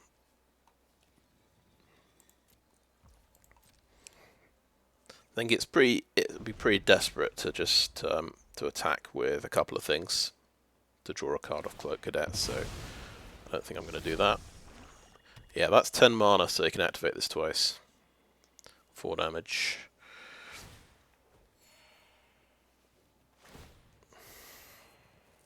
So I'll take 8 this turn.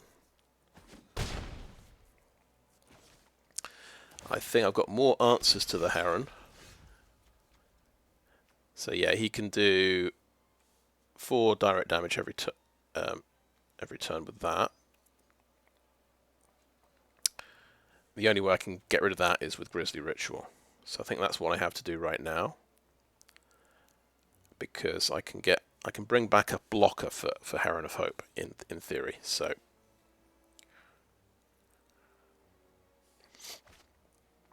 okay, yeah, right, Grisly Ritual on this guy. So it's interesting. Yeah, he's also got a lot of things that I have to really target.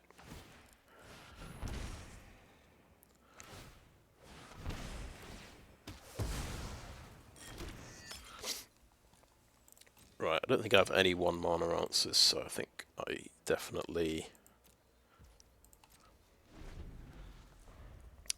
discard the forest at the end of his turn.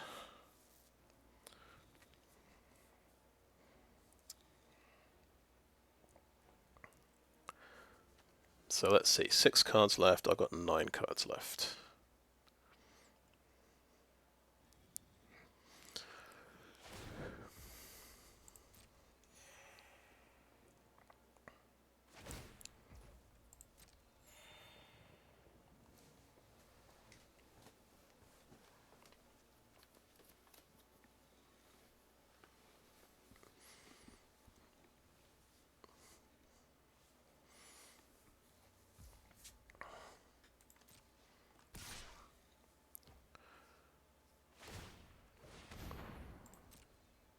May as well.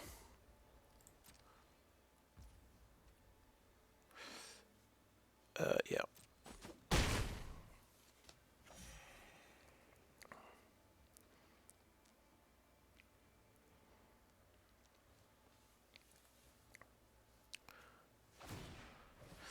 Drawing another card. Interesting. Another blood fountain. He had 3. Now, yeah, now he can get the other flyer back, the angel. Put some extra counters on stuff.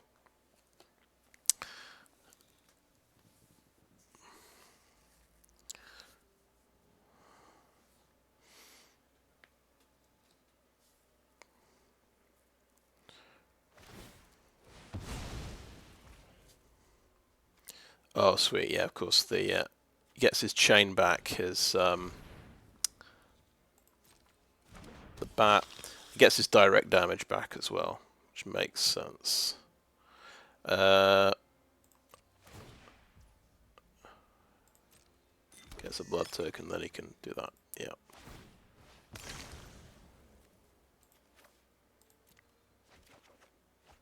There's my blood fountain. This can do me 4 direct damage next turn. But I can make a flying blocker now, I guess. Or yeah, a blocker for flyers. So I'll blood fountain. I will pop it and get back. Oh, oops. So yeah, my dude got exiled, I guess.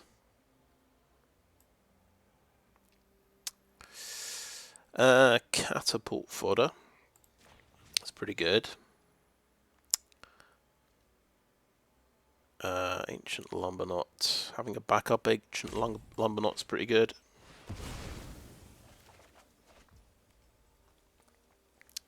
Undead Butler is a bit suicidal. I'd actually end up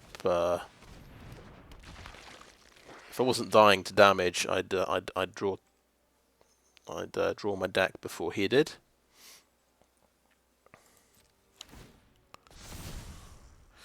No attacks. I think that is it. It says I can play Undead Butler. Oh yeah, because I can. I don't think there's any benefit to doing that. I'm just going to end the turn there. I think I'm dead.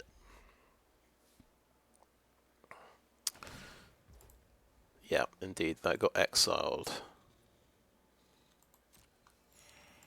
That was a good shout. What's he got that actually exiles things? Oh, yeah, Diagraph Scavenger, of course. The crucial Diagraph Scavenger.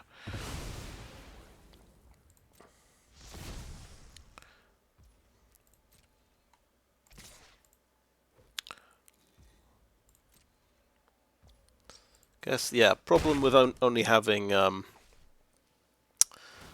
like, one answer to flyers, I suppose. Well, one flying blocker. 75 life he finishes on. Quite an epic game. I think, is that 2 losses for me or 3? It sort of suddenly, it was going so well and it suddenly turned south. But yeah, I'm very happy if I get 3 wins, really.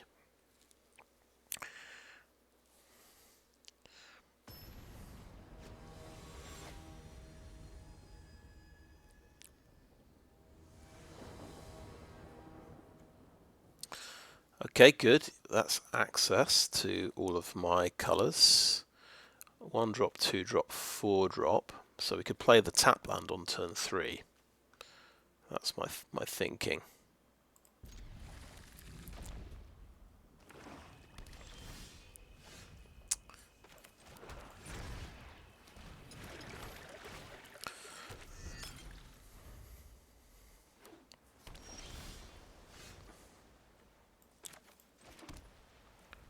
Okay. Hello. Oh, wow. I just dumped 3 good creatures in there. He said good game. He's continuing to play, though. Right. Let's get a forest. He knows I've got green.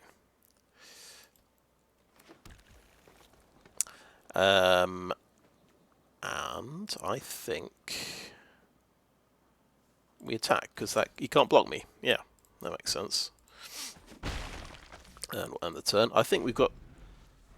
we're short on lands here. We're going to discard another Flourishing Hunter to try and draw a land. Seems to make sense.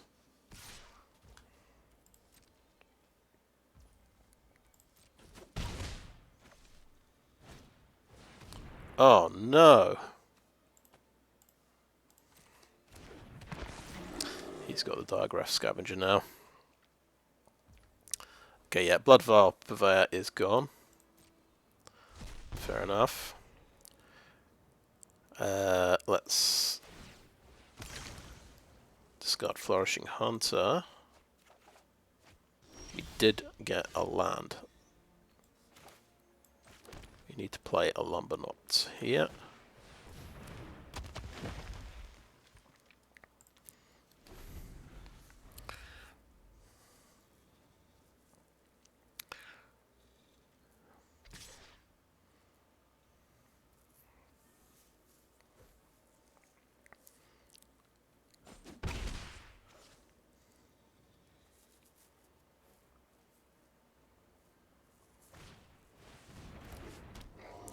So that is, yeah, a defender.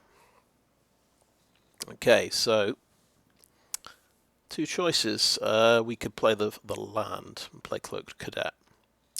We could play Evolving Wilds and play another Lumberknot. If we do the 4 drop, we can do a Grisly Ritual next turn.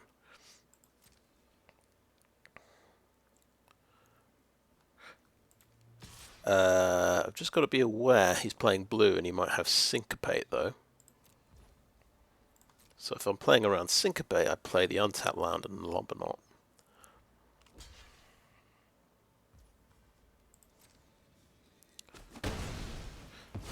Are we going to take a risk and play a little bit fast and loose here? Well, we always, Syncopate Exiles, of course. That's a bit of a problem. I think we're quite happy if he uses his counterspell on this, because then we can do Grisly Ritual next turn on his threat. That's my thinking. He did have the Syncopate. And it's exiled, which is a shame. We do have 1 more Lumberknot in the deck, and we've got the one in the graveyard we can get back. So not all is lost.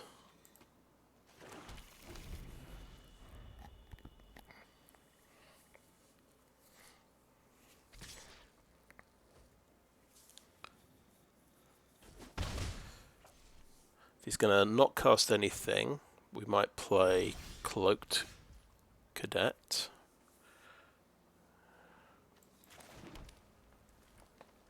We do have another Grisly Ritual. Cloaked Cadet isn't very good. It can't sort of get through. I think, yeah, we just do Grisly Ritual on the flyer. And just run him out of counterspells. Oh, it's got Cradle of Safety. That's even worse than a counterspell. Oh well. I don't even get my blood tokens, but never mind.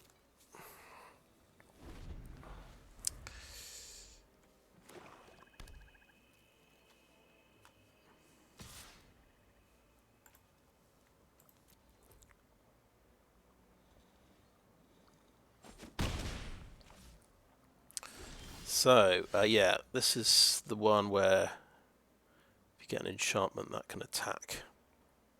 Right, do we play Grisly Ritual into open mana? Is the question here. Or do we start trying to race him with Cloaked Cadet, persuading him to tap out?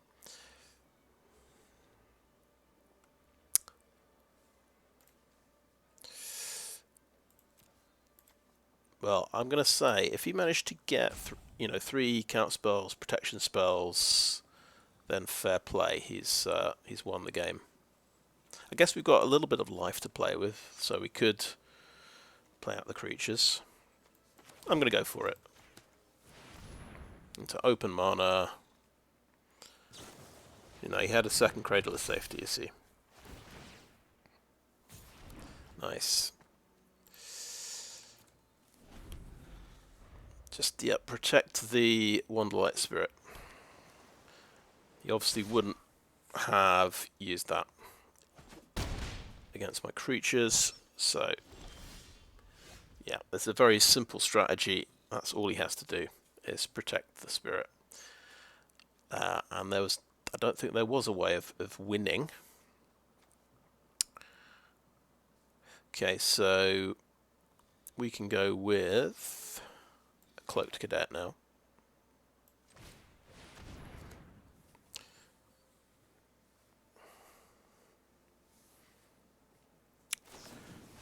Okay, it's going to Scatter Thoughts to look for another counter spell, I guess. But the deck works. We can get to 6 mana and cast our big spells. It's just that they get counterspelled or hit with Cradle of Safety.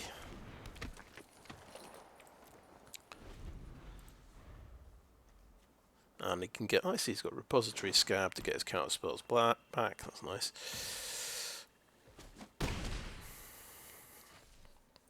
I haven't missed something important here, have I? Oh, there's the Dreadfeast Demon. Okay, why not?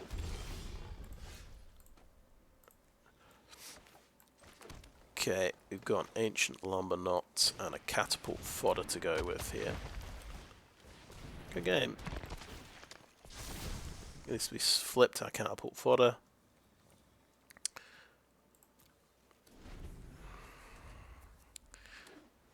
So yeah, it was the Lumberknot got syncopated, didn't he?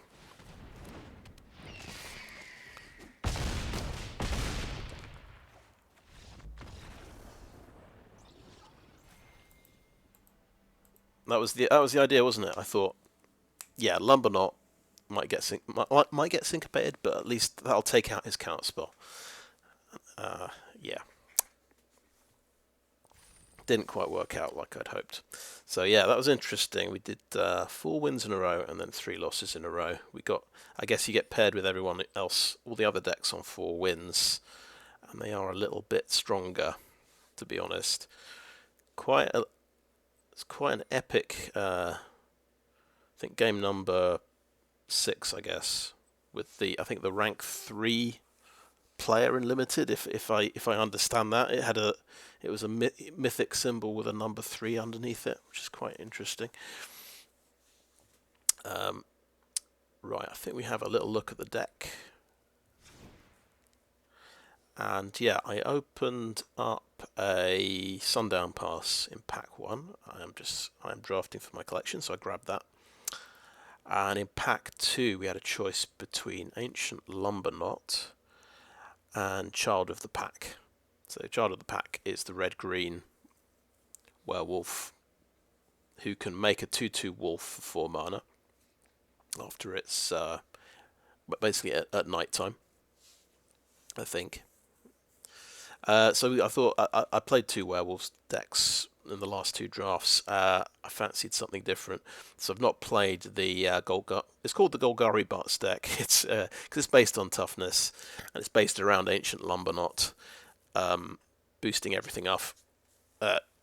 Making everything that has more toughness assign combat damage equal to toughness. So that's the basic concept of the deck. I've played it now and it's quite good.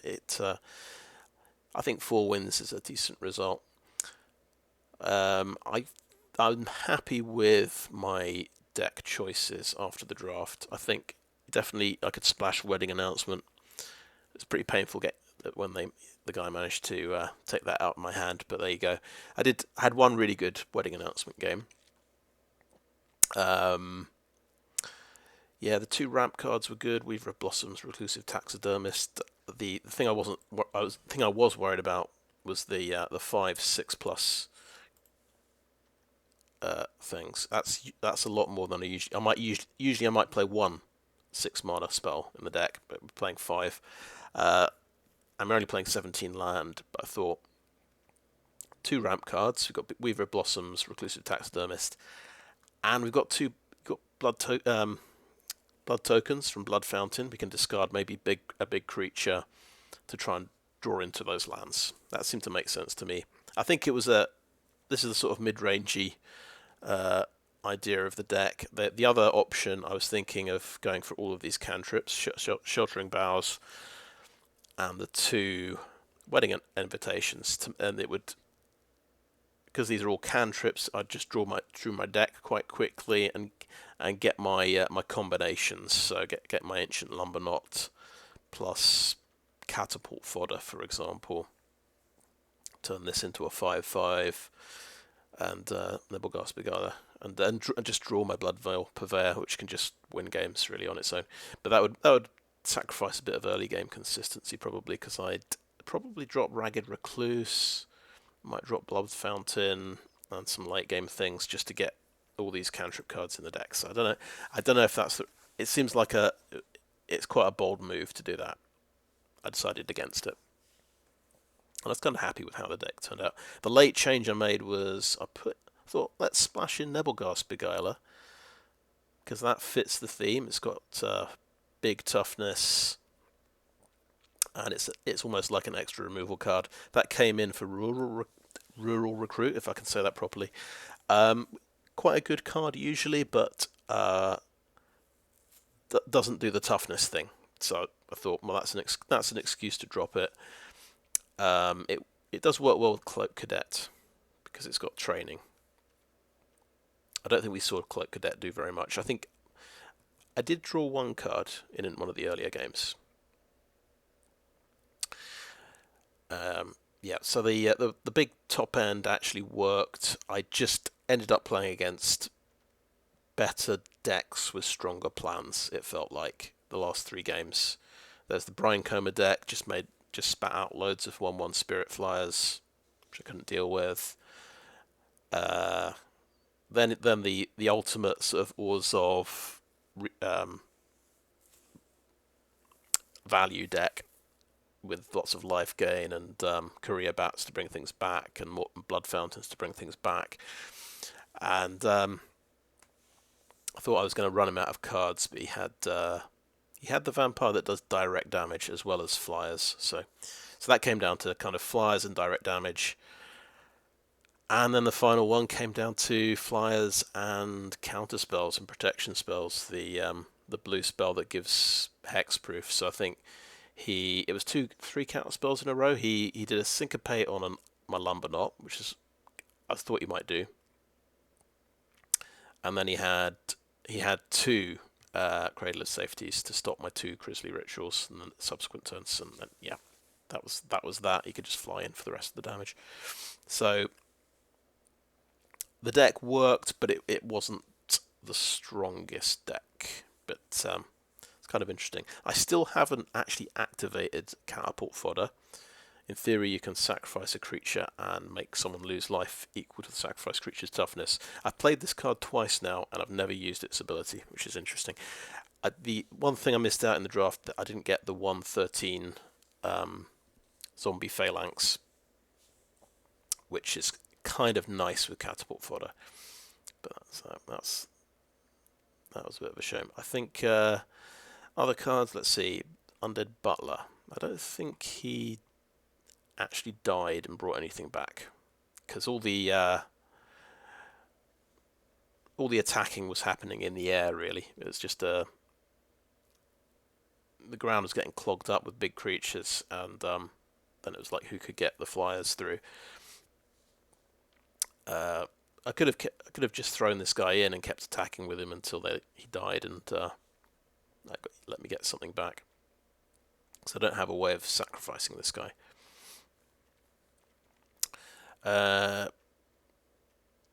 We did see the Taxidermist get to 4/4 at one point briefly, but it's because I'm bringing stuff out of the graveyard of Blood Fountain. It's quite hard to keep this a 4/4. Still, it's a nice mana dude. It's perfect because it's 1 power, 2 toughness. Toxic Scorpion was good. Early Death Toucher, definitely a good idea. I think we missed Graveyard Hate in this deck. That would have helped against the Orzhov deck. So I think there was an opportunity to get the Zombie Bear that exiles graveyard creatures. That definitely would have been quite good in here. Apprentice Sharpshooter, that was my way of dealing with flyers was Sharpshooter, Bloodvial Purveyor, and the 3 Grisly Rituals. I guess Nebelgast Beguiler as well. So we've got 4 answers to flyers. Maybe not quite enough. Wolf Strike as well. Wolf Strike's not the best in this deck because the creature does damage equal to its power. So obviously we're a low power deck, which is interesting. Still kind of useful to have because we've got some high power things like the Hunter, and we've got the Death Toucher as well. Bloodvial Purveyor won one game early on when they didn't have an answer to it. But yeah, that's right. He got exiled from the graveyard in one of the later games. After I managed to mill him with Undead Butler. That was a really good mill with the Butler. I got 3 creatures off the top. And had the Blood Fountain as well. Yeah, I think Nebelgast Beguiler was pretty good. I got to tap down some creatures with this in one of the games. Obviously, 3 Lumberknots was pretty fantastic. I thought I'd only get 1, but quite a bonus getting 3 of these. Cloaked Cadet, drew a card, I think. And yeah, we talked about the top end. Yeah, it was perfectly fine actually. It turned out having 3 Grisly Rituals and 2 Flourishing Hunters. It turned well. Yeah. Yeah. So I think. Yeah. And the mana base there, you saw we got 1 Plains, 7 Swamp, 7 Forest, and 2 Evolving Wilds, which seemed to work out quite well. Seemed to be enough to